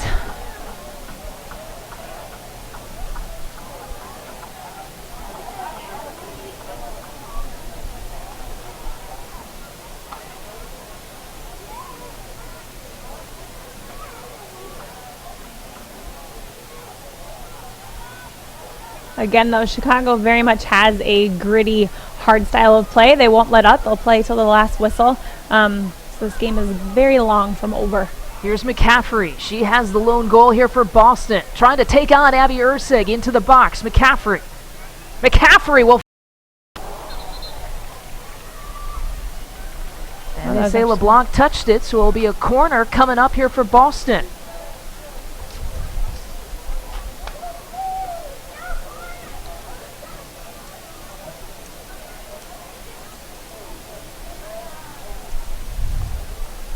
Christy Mewis, left foot service here will get things started for the Breakers. A high service back post. Great clear by DiBernardo. Vanessa DiBernardo on the goal line. The 66th minute, here we come. 1-1 between the Red Stars and the Breakers. A much different match than the last time these two clubs met. A 3-0 victory back in early May for Chicago.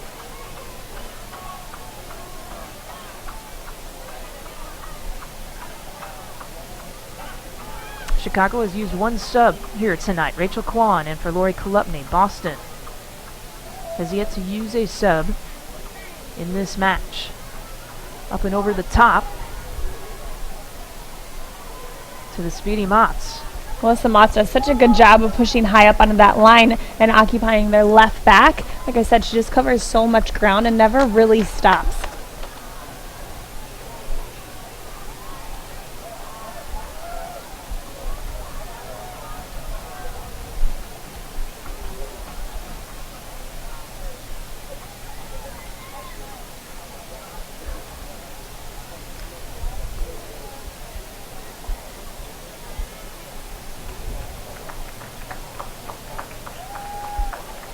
We'll have another substitute coming in.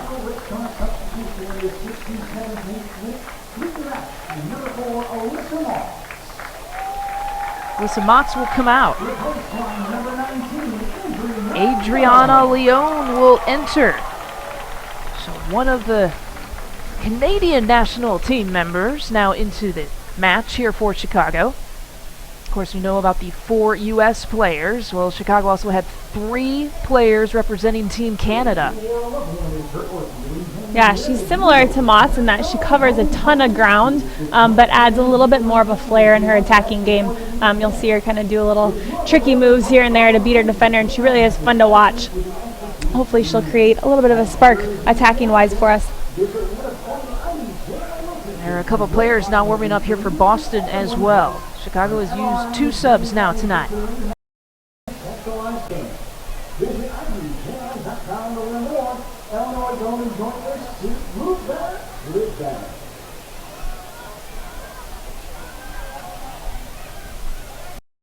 Go up top to McCaffrey. Sam Johnson read it all the way.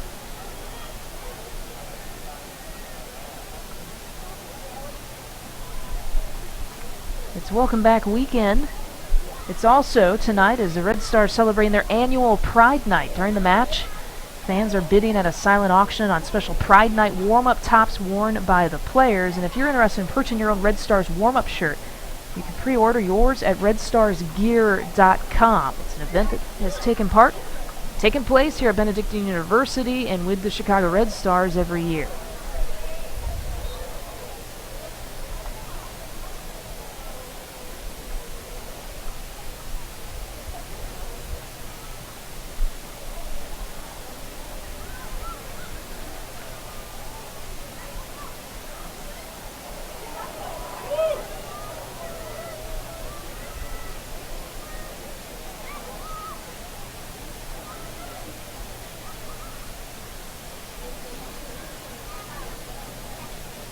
Chicago is still working to find their flow with these new substitutions. We're starting to get up wide in our outside back space again, which is where we've been dangerous. So hopefully we can find our outside backs and start to attack those wide spaces again.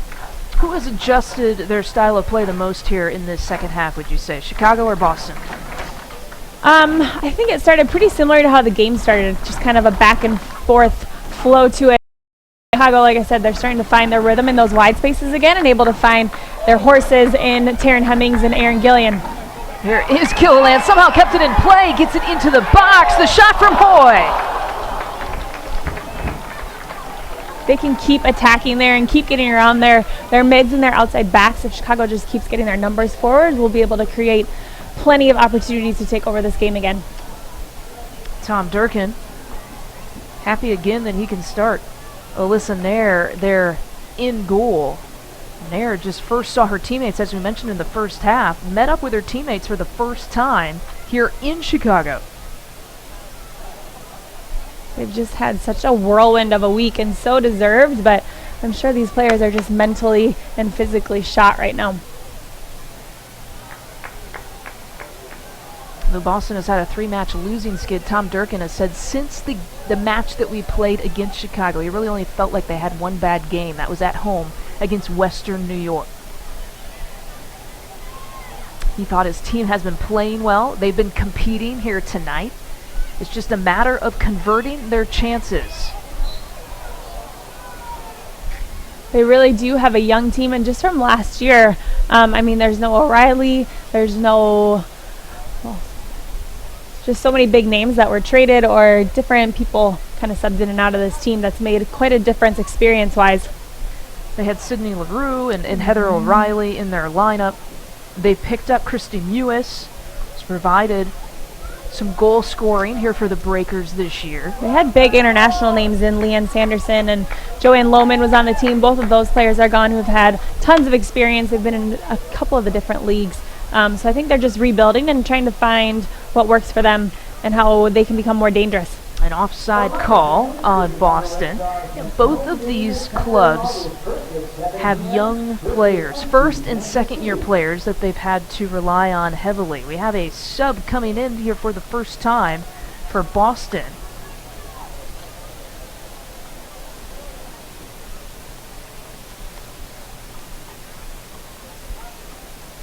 Interesting, Stephanie McCaffrey will come off, and in will step in Rafina, who has spent some time on the Brazilian national team. Now McCaffrey, the lone goal scorer here for Boston.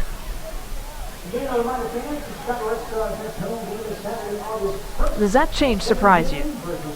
A little bit. I don't know if they're trying to sit in and they're okay with a tie, or you know, she might just be a player who likes to attack in a little bit deeper spot. We'll see how she comes into the game a little bit. With former Chicago Red Star Jackie Santa Catarina, I am Lisa Byington. Happy you could join us here on this Saturday night, a beautiful night here at Benedictine University. Overcapacity crowd here tonight. There are some field side tickets still available for some of these other home matches here coming up in Chicago.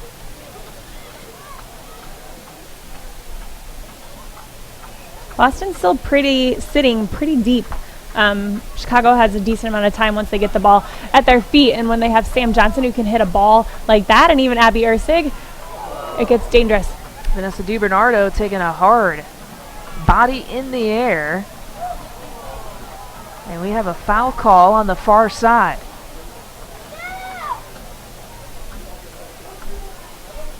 Well, you see some of the players warming up here on the Boston sideline.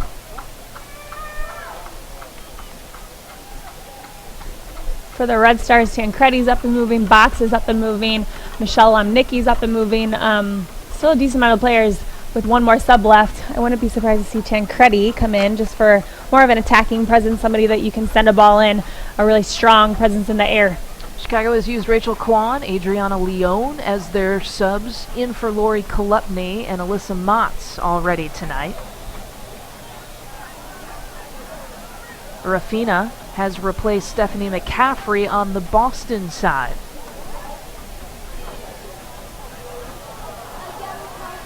And another card handed out. Surprised by that yellow for Adriana Leone. She hasn't been in long. I don't think she's had a foul before then. She's definitely a feisty player, but like I said, that was the first challenge I've seen her in the game. So a few cards handed out here this evening between these two clubs. Ball into the box. LeBlanc will handle it, no problem.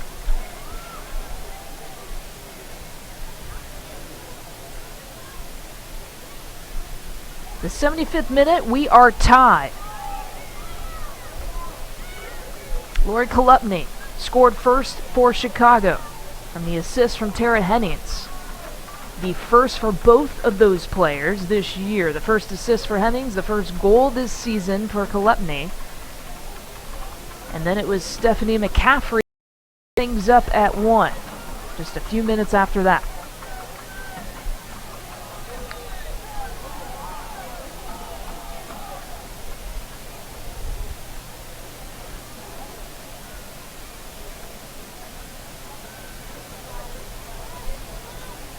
Ursig will settle. To Kolaprico. Great ball by Kwan. Here is Gilliland. She is so fun to watch. Happy feet. She and is. Draws the corner kick. She's so fearless in her attack. She's so strong and powerful, like we talked about, and just able to go at people, and she's so hard to defend on that flank. Another Red Stars corner kick means Illinois Women's Soccer League will be donating another ticket to a local non-profit organization. The first corner kick of the second half, the second for Chicago in this match.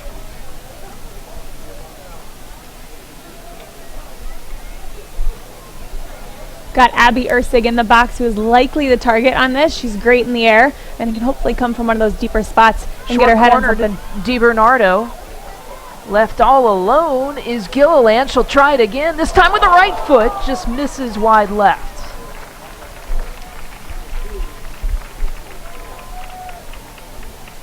Chicago has the craftiness to, like you just saw, play those short corners and get somebody free at the top of the box instead of just always sticking to those longer balls towards the back of the 6.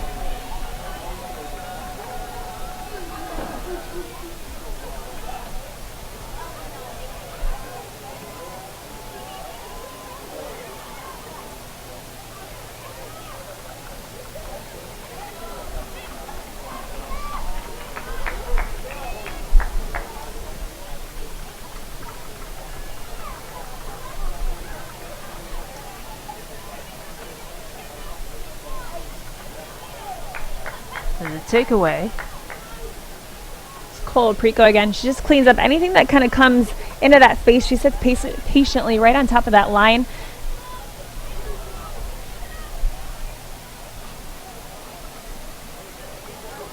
And a throw in here for Gilliland.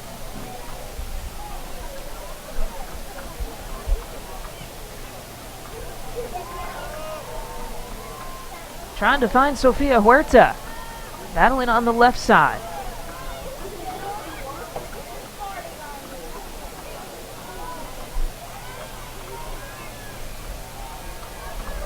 See Huerta drifting off of this back left shoulder.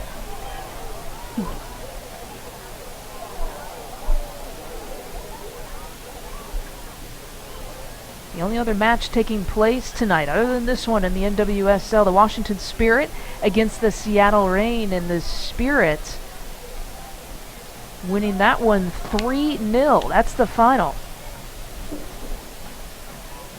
It's a surprising score. Very surprising. So Chicago and Seattle really battling for points atop the NWSL. You are the winner of the autograph poster.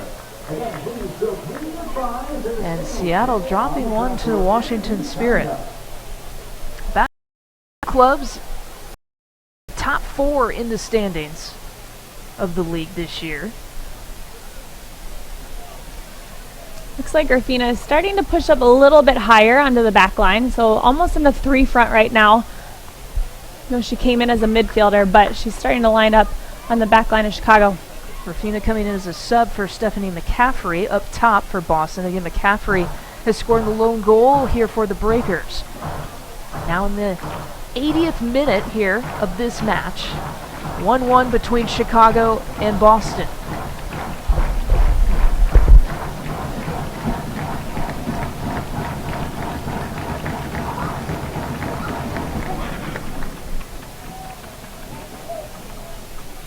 Boston Breakers substitution in the 80th minute, leading the match, number 21, Villa. Replaced by number 3, Lauren Mato. Christine Nairn had a penalty kick in that Washington-Seattle match. Crystal Dunn also had a goal. And Amanda DaCosta had a goal for Washington. So those are your 3 scores for the Spirit as they defeat the Reign this evening.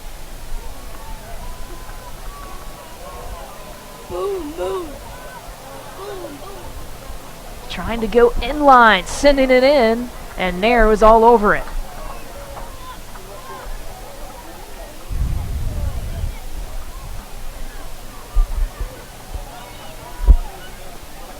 Lauren Lazo, who just entered the match, we saw her come out wide here. We'll see if that changes them tactically, if they change their formation, or what Boston decides to do in the last 10 minutes of the game.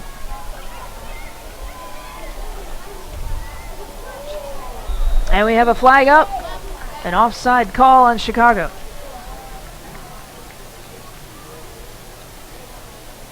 An offside call on Boston, excuse me. 81st minute, the tail end of the 81st minute.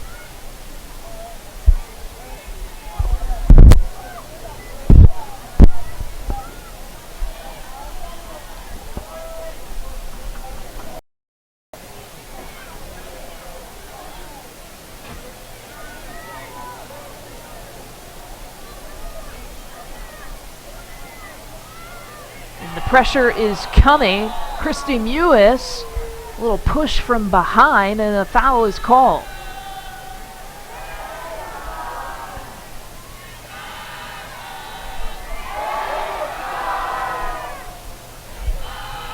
Sam Johnson has created what kind of presence in the back line, minus a Julie Johnston? Not quite as vocal as Julie, but so hard and so good with her timing. Her tackles are fearless. I was a tackler back in my day, and I remember not really wanting to go up against Sam. She just got that physical presence to her, which makes the back line so solid. Former Chicago Red Star player, Jackie Santa Catarina. I'm Lisa Byington. Jackie also a defender for the University of Illinois in the Big Ten.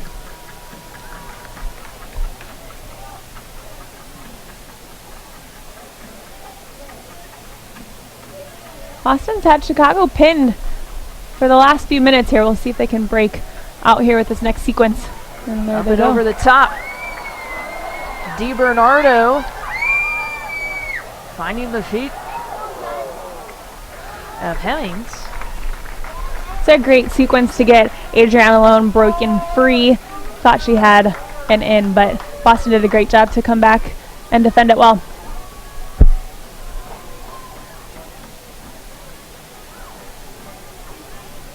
Leon, one of the subs here for Chicago in the second half.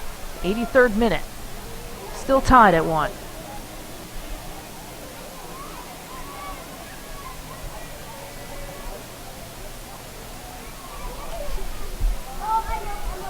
Mewis up against Hemmings. His shot will go wide. This Red Stars broadcast brought to you today in part by the Illinois Youth Soccer Association. Connect with youth soccer throughout Illinois at illinoisyouthsoccer.org. Jen Hoy will step out, and Shannon Box will come in. Listen to that response from the crowd. Quite welcoming for Shannon Box, another player that just has so much respect from her teammates. She's been around for a long time, has so much experience, and has just battled through injuries and whatnot, and always comes back a little bit stronger, it seems. Box announcing that this World Cup was her last World Cup. She won't compete here in the Olympics. Her international time is now done. She will wrap things up here as a Chicago Red Star. Here is Box looking to turn. So with Box coming in, we see Kwan move out to the left back, and then Aaron Gillian move up into more of an attacking space in the wide spot. Just a little bit more attacking minded, more attacking numbers going forward to try and win this game in the last 6 or so minutes.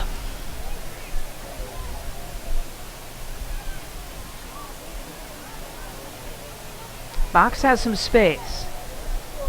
Goes up and over. Tries to find Gilliland.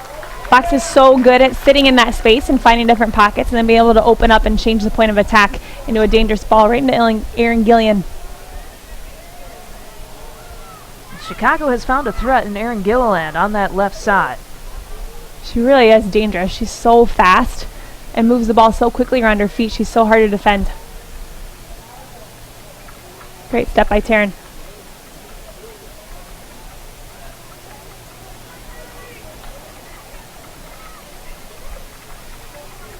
Lauren Lazo, one of the subs. Number 3. Whistled for the foul. A free kick for Chicago. This Red Stars broadcast brought to you today in part by Shaw Media, an official news partner of the Chicago Red Stars in 2015.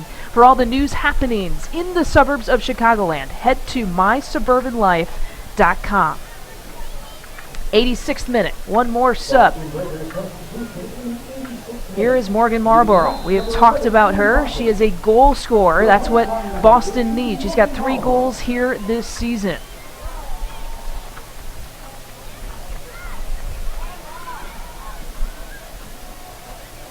DiBernardo, the center of the field, sends it out to Leone.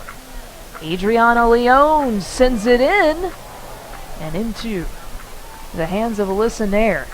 With Shannon Box coming in, and it also frees up Cole Prico to push up a little bit more attacking, so her and Vanessa can push onto their back line, their holding mid, and Boxy can sit in that space and clean anything up. Into the final minutes here of this match. It's been a good one. Throw in here for Boston.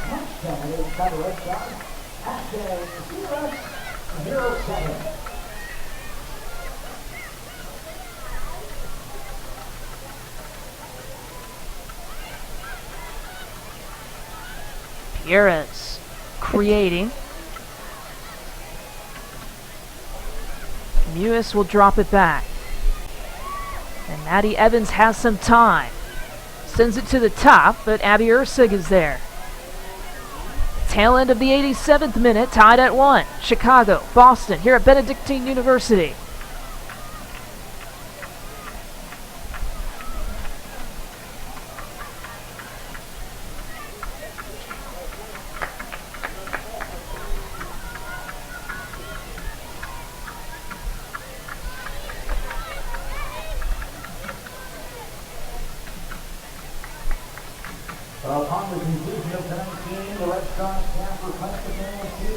Well, as you watch this game and watch the Red Stars on the field, know that you can get geared up just like the players that you see here tonight. Jerseys, sweatshirts, just about anything else. Red Stars, where are you? So log on to redstarsgear.com today. Final minutes of this match. Battle in the attacking half here for the Chicago Red Stars. Sam Johnson will drop it back to LeBlanc. When it's tied like this late in the game and both teams are kind of going after their second goal, the game gets so stretched. So I'd love it if Chicago could get their back line up a little bit quicker just to close the space a little bit and make the game a little bit more compact for our midfield especially. Red Stars had tried a quick restart. Officials wouldn't have it.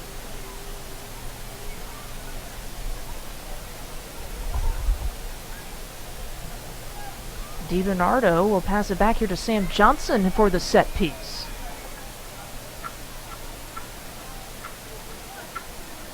Well, DiBernardo will come back.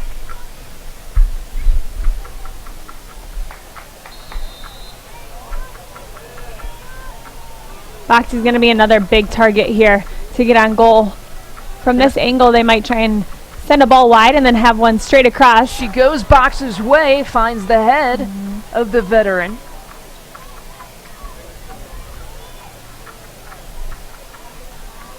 The 89th minute.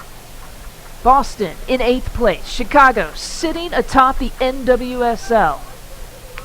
Trying to get another 3 points here on the year. They have 21 for the season.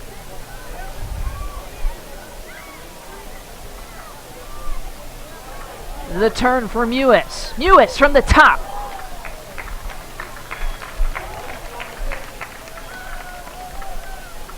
Again, because this game is just getting so spread, it's so easy to pick the ball up and find little pockets and hit balls like this. Up and over the top. Nair playing it nicely. That's a national team member move right there.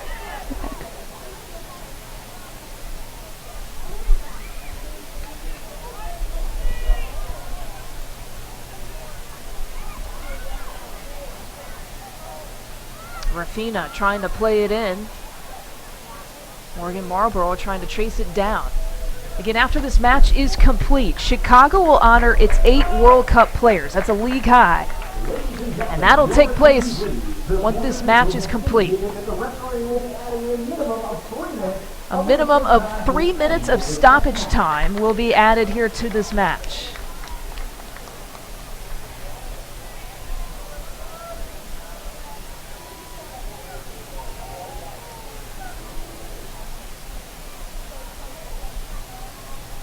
And they're taking her time.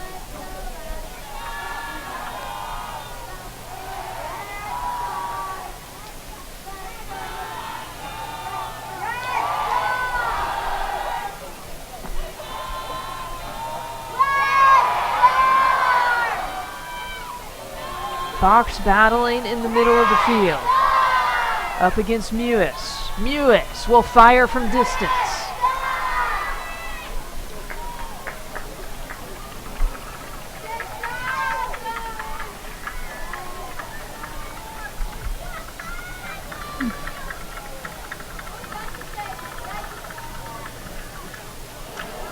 The takeaway. Perez for Boston.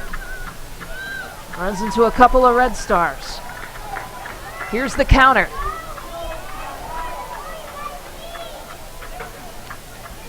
So hard this late into the game. Your legs are tired. You're still trying to go after your 3 points.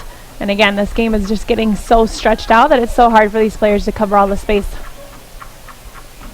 1.5 minutes into this stoppage time. Again, a minimum of 3 here between these two clubs.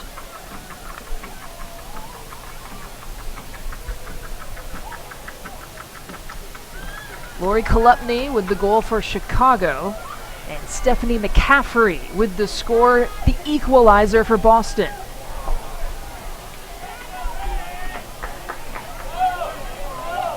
Here's Kwan to Gilliland. Nice combination up to DiBernardo. It's a great run by Vanessa. Again, Erin Gillian is still just covering so much ground. She hasn't lost any pace yet.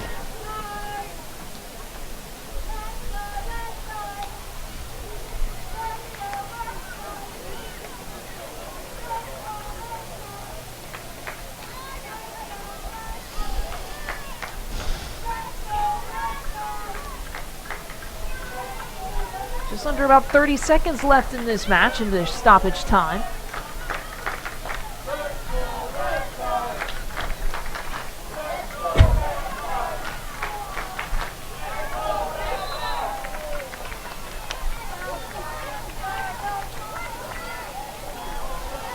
We have a whistle, and it'll come on back. A free kick coming up for Chicago. See if the Red Stars can do something with this last push. Could possibly be the final play here of this match. Abby Ursig will serve. Ursig to the top of the 18. That could do it, and that does do it. So we end in a draw here between Chicago and Boston. Both goals coming in the second half. Kolupny with her first score of the year, and Stephanie McCaffrey getting her 3rd goal of the year as the equalizer. You leave here thinking what, Jackie Santa Catarina? A little bummed, to be honest. I think Chicago had more chances most of the game. Boston definitely came into their own in the second half. But like I said, Chicago just created so many chances from those wide spaces. I wish they would have gotten on a few more and been a little bit more dangerous in the box. We are going to keep it here, as I mentioned at the end of this match. Chicago going to honor its 8 World Cup players, including the 4 off of the U.S. World Cup winning team. It's all part of the Welcome Back weekend presented by Coppertone, something that's taken place across the NWSL. You see the overcapacity crowd here at Benedictine University. Standing room only here tonight.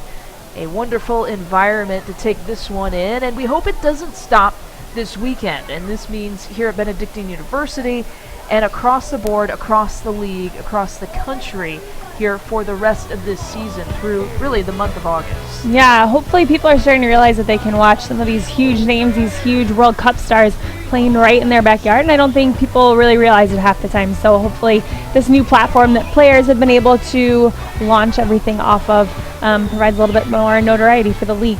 They're diehard Red Star fans watching, or even some new fans here. I want you to understand that there are some upcoming games. You can even buy some field side seats that are left, and that will guarantee you access to get some autographs. Again, those are going fast. And as we mentioned, the upcoming schedule here in Lisle, Illinois, as well as at Toyota Park. KC roster coming up, loaded with stars in the next few weeks. They are defending NWSL champs Heather O'Reilly, Amy Rodriguez, Becky Sauerbrunn, Lauren Holiday. You can check that out. Sky Blue FC, Kelly O'Hara, Christy Rampone. Obviously a great story off of the U.S. team, and New Jersey in a rare day game as well. It's a kids' day. You can check that one out. And then the last home game in Toyota Park against Carly Lloyd, Morgan Bryant, Megan Klingberg in Houston, the Houston Dash. It's a team club that Chicago just faced. It was a nice ceremony down in Houston. I was able to watch some of that pregame ceremonies as they honored all of their World Cup players in the pregame. Tonight, we do it in the postgame.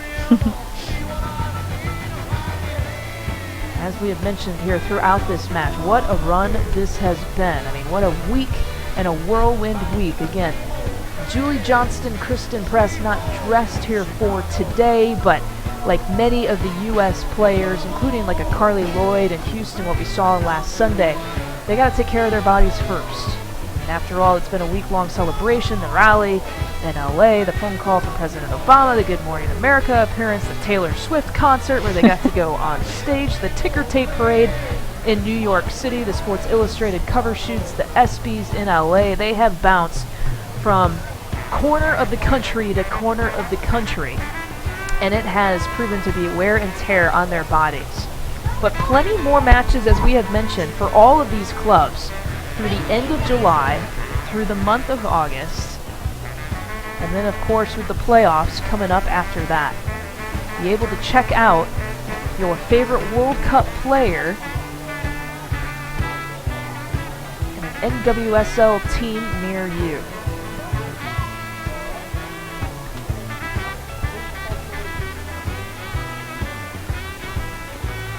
See the signs that the fans have made. Here's your upcoming games.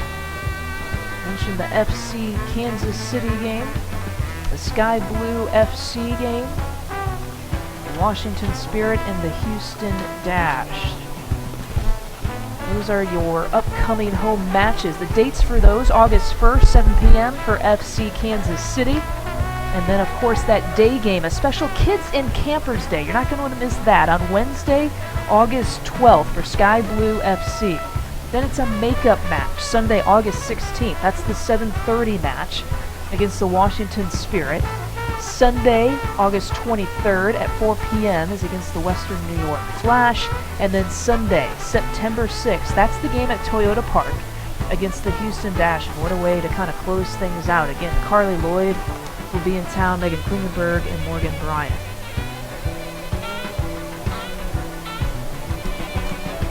That'll be a great atmosphere at Toyota Park, especially with Carly Lloyd. I mean, she's gotten so much fame and notoriety since that huge game in the World Cup. So it'll be exciting. Hopefully she draws a huge crowd for them and for Chicago Red Stars, and that this wave continues. Had the hat trick in the first 16 minutes of that World Cup final, and I love what President Obama, if you watch the phone call that he made to the U.S. team, and he was talking to the team, and he said, "Hey, Carly Lloyd, I basically want to eat, or I want to do what you've been doing. Whatever you're doing, I want it to be contagious." She is so different and took such a, some would say, crazy approach to the whole World Cup. I don't think she let any of her family come to the game. She didn't want any distractions. She didn't want anything to sway her mind or her mentality from winning a championship, and it looked to be effective. So we're waiting on the ceremony here to honor the 8 World Cup players, all part of the Chicago Red Stars roster. 4 of them, of course, 4 of the 8 a part of that U.S. team with Jackie Santa Catarina, a former Red Star player. I'm Lisa Bynes. So we'll talk about some of the storylines we've already kind of covered, but for Team Canada, we've talked about the 4 U.S. players here with the Red Stars. They also had 3 Canadians playing for the national team. Highlighted by Karina LeBlanc, who was a backup keeper for that team. And she had talked about, as a Canadian playing in her home country, how remarkable it was. If you're going to dream the dream, she said, it was 100 times better, the reality of it. You warm up in front of 56,000 people. She said, I lifted my arms up at one point during the pregame warm-ups and the whole stadium erupted.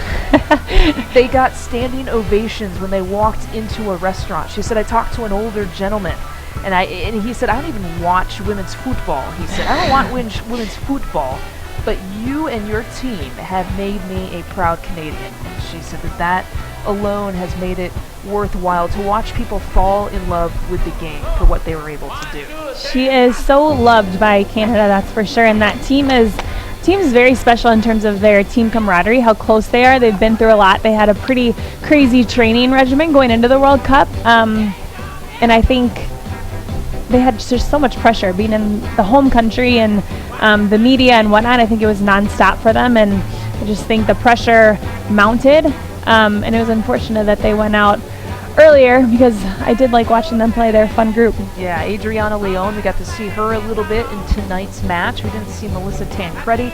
She did get some time on Sunday against the Houston Dash. Those are your 3 Canadians. And then, of course, Abby Erceg, we've talked about her, where she was the captain of the New Zealand team, and they were eliminated after pool play. So she was really one of the first players back here for Chicago to be able to train. And again, all of these players, all 8 of them, will be back here shortly. They just got to rest their bodies. They got to make sure that there's no risk to injury with all of the wear and the tear and all of the excitement that has taken place because of the World Cup. Shannon Box, we mentioned just a little bit, she had announced too that it was part of a 2-step process for her. 1 was just to make the team, and then 2 was actually to win the World Cup. It is something that's eluded her in her career, but she announced, and she even made it clear before this match in talking to the media in the press conference, that, hey, I am done. This is my last World Cup. I wanted to go out on top. No Olympics for me. I'm not going to try. I want to spend some time with my family, and that is my short-term plan for right now. Yeah, I mean, she's a mom now too. She's taking time away whenever she's on the soccer field from her family now, and I'm sure that's hard, but that doesn't take away from how much time she's spent working her way back in. She's had so many injuries, and it's so impressive that she was able to work her way back into the roster and get playing time and whatnot, and she's just one of those players that has so much experience. She was somebody that I loved watching, I looked up to when I was playing, and it was so fun to have her in Chicago and on the team. Well, we're getting set. We're getting closer here to honor all 8 of these players. You see them 4 on the U.S. Ladies team, and 3 gentlemen, from Team please Canada, draw your Abby attention Erceg to the field as from we New formally Zealand. welcome Let's back join our in. Maybe World we Cup can heroes from eavesdrop your here on our hometown, public address Chicago announcer, Brett Red Myers, Stars. for this celebration. Before we do that, we'd like to make a mention of Boston Breakers World Cup representative Alyssa Nair.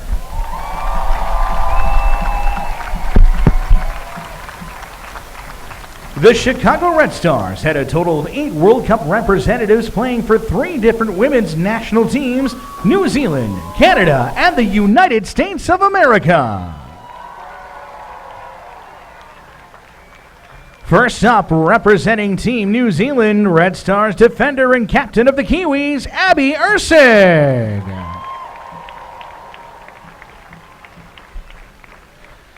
Next, representing FIFA World Cup host country and quarterfinalist Team Canada, midfielder Adriana Leon. Veteran forward Melissa Tancredi. And having announced her retirement from international competition at the start of the Cup, we want to give a very special round of applause to legendary goalkeeper Karina LeBlanc.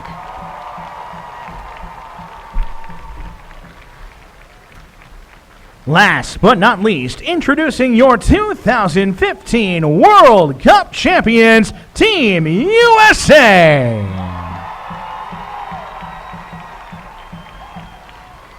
Her list of accomplishments would keep us here all night. Give it up for our legendary midfielder, Shannon Box.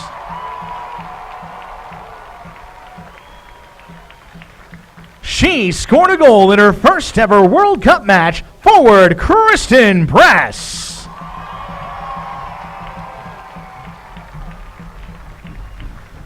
We weren't sure we'd ever see the day our team captain would be wearing the other stars and stripes again. It's been an honor to watch your return, defender Lori Kolupny.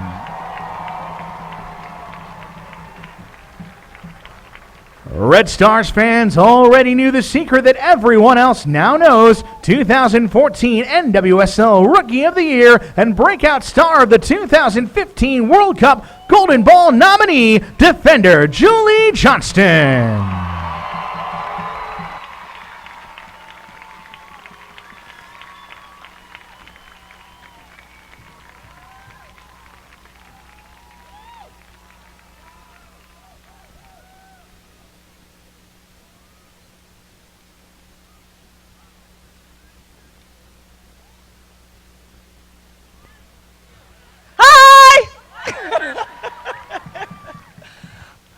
We're just so happy to be back to you guys. Thank you for selling out tonight. That's awesome. And we want to say, we're all happy to be home, and we have one thing in our mind, is to bring a championship back to Chicago. Woo! So first, let's make sure we sell out every single home game before the rest of the season. You do your part, and we'll do ours. Thanks. Bye.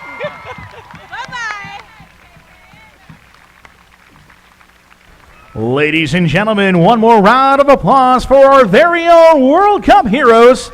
Thank you for inspiring us.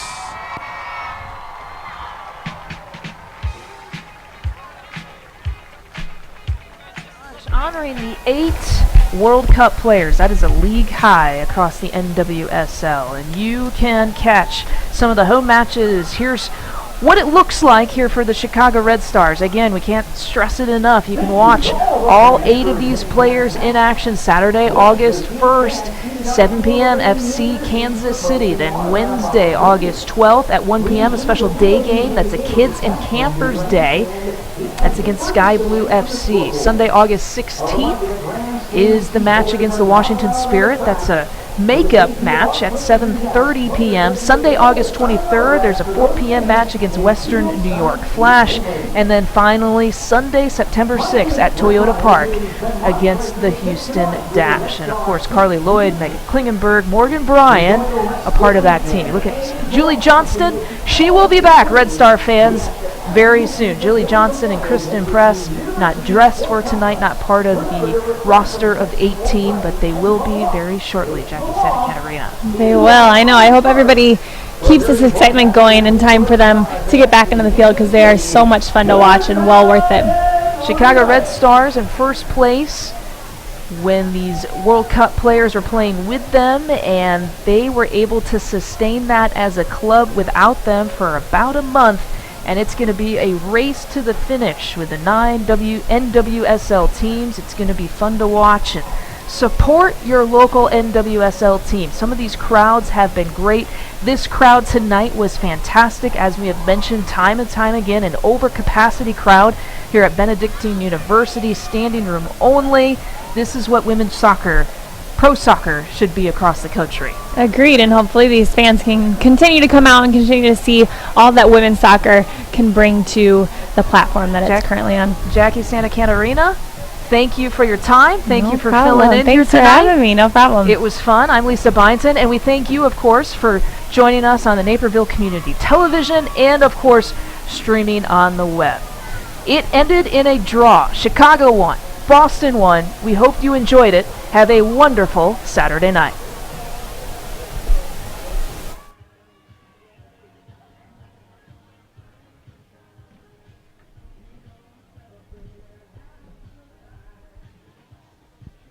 There are 2 ways to manage a team. Coach Derek uses a clipboard, the old-fashioned way, and Coach Bob uses his smartphone and the Team Snap app. It's faster, way faster. When the practice location changes at the last minute, Coach Bob touches one button to notify the entire team by email or text. Coach Derek needs a team. The night before the game, Coach Bob confirms that he has enough players. At game time, Coach Derek discovers he doesn't have a goalie. And while Coach Bob's bank account is happy because he can collect the team fees online, Coach Derek spends hours searching through notes to track down who hasn't paid. TeamSnap puts your team on the field, on the web, and on your phone. Whatever your game, whatever your group, TeamSnap makes it easy. Sign up and try it for free today. Isn't it about time you came off injured reserve? Schedule a complimentary injury screen at any of Athletico's convenient locations. Complimentary injury screens are free, easy to schedule, and most importantly, provide you with peace of mind. Call 1-877-ATHLETICO or visit them online at athletico.com to find a location near you. Athletico is the official provider of physical therapy and athletic training for the Chicago Red Stars. Athletico Physical Therapy. Better for everybody.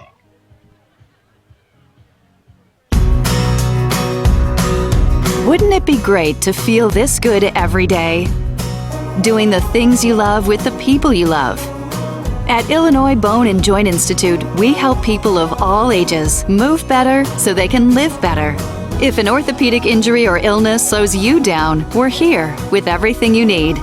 Enjoy the life you deserve. See what we can do for you at ibji.com. IBJI. Move better, live better.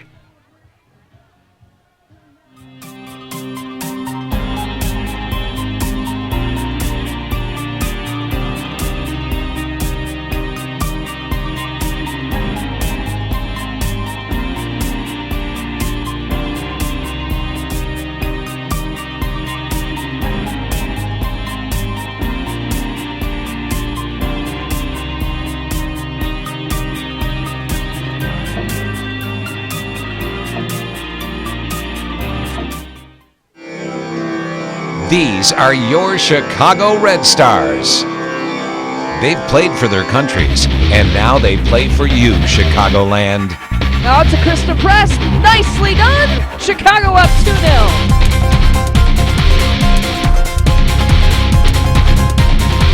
Your Chicago Red Stars. Get out to a game this summer at Benedictine University in Lisle or at Toyota Park. Complete details are at chicagoredstars.com.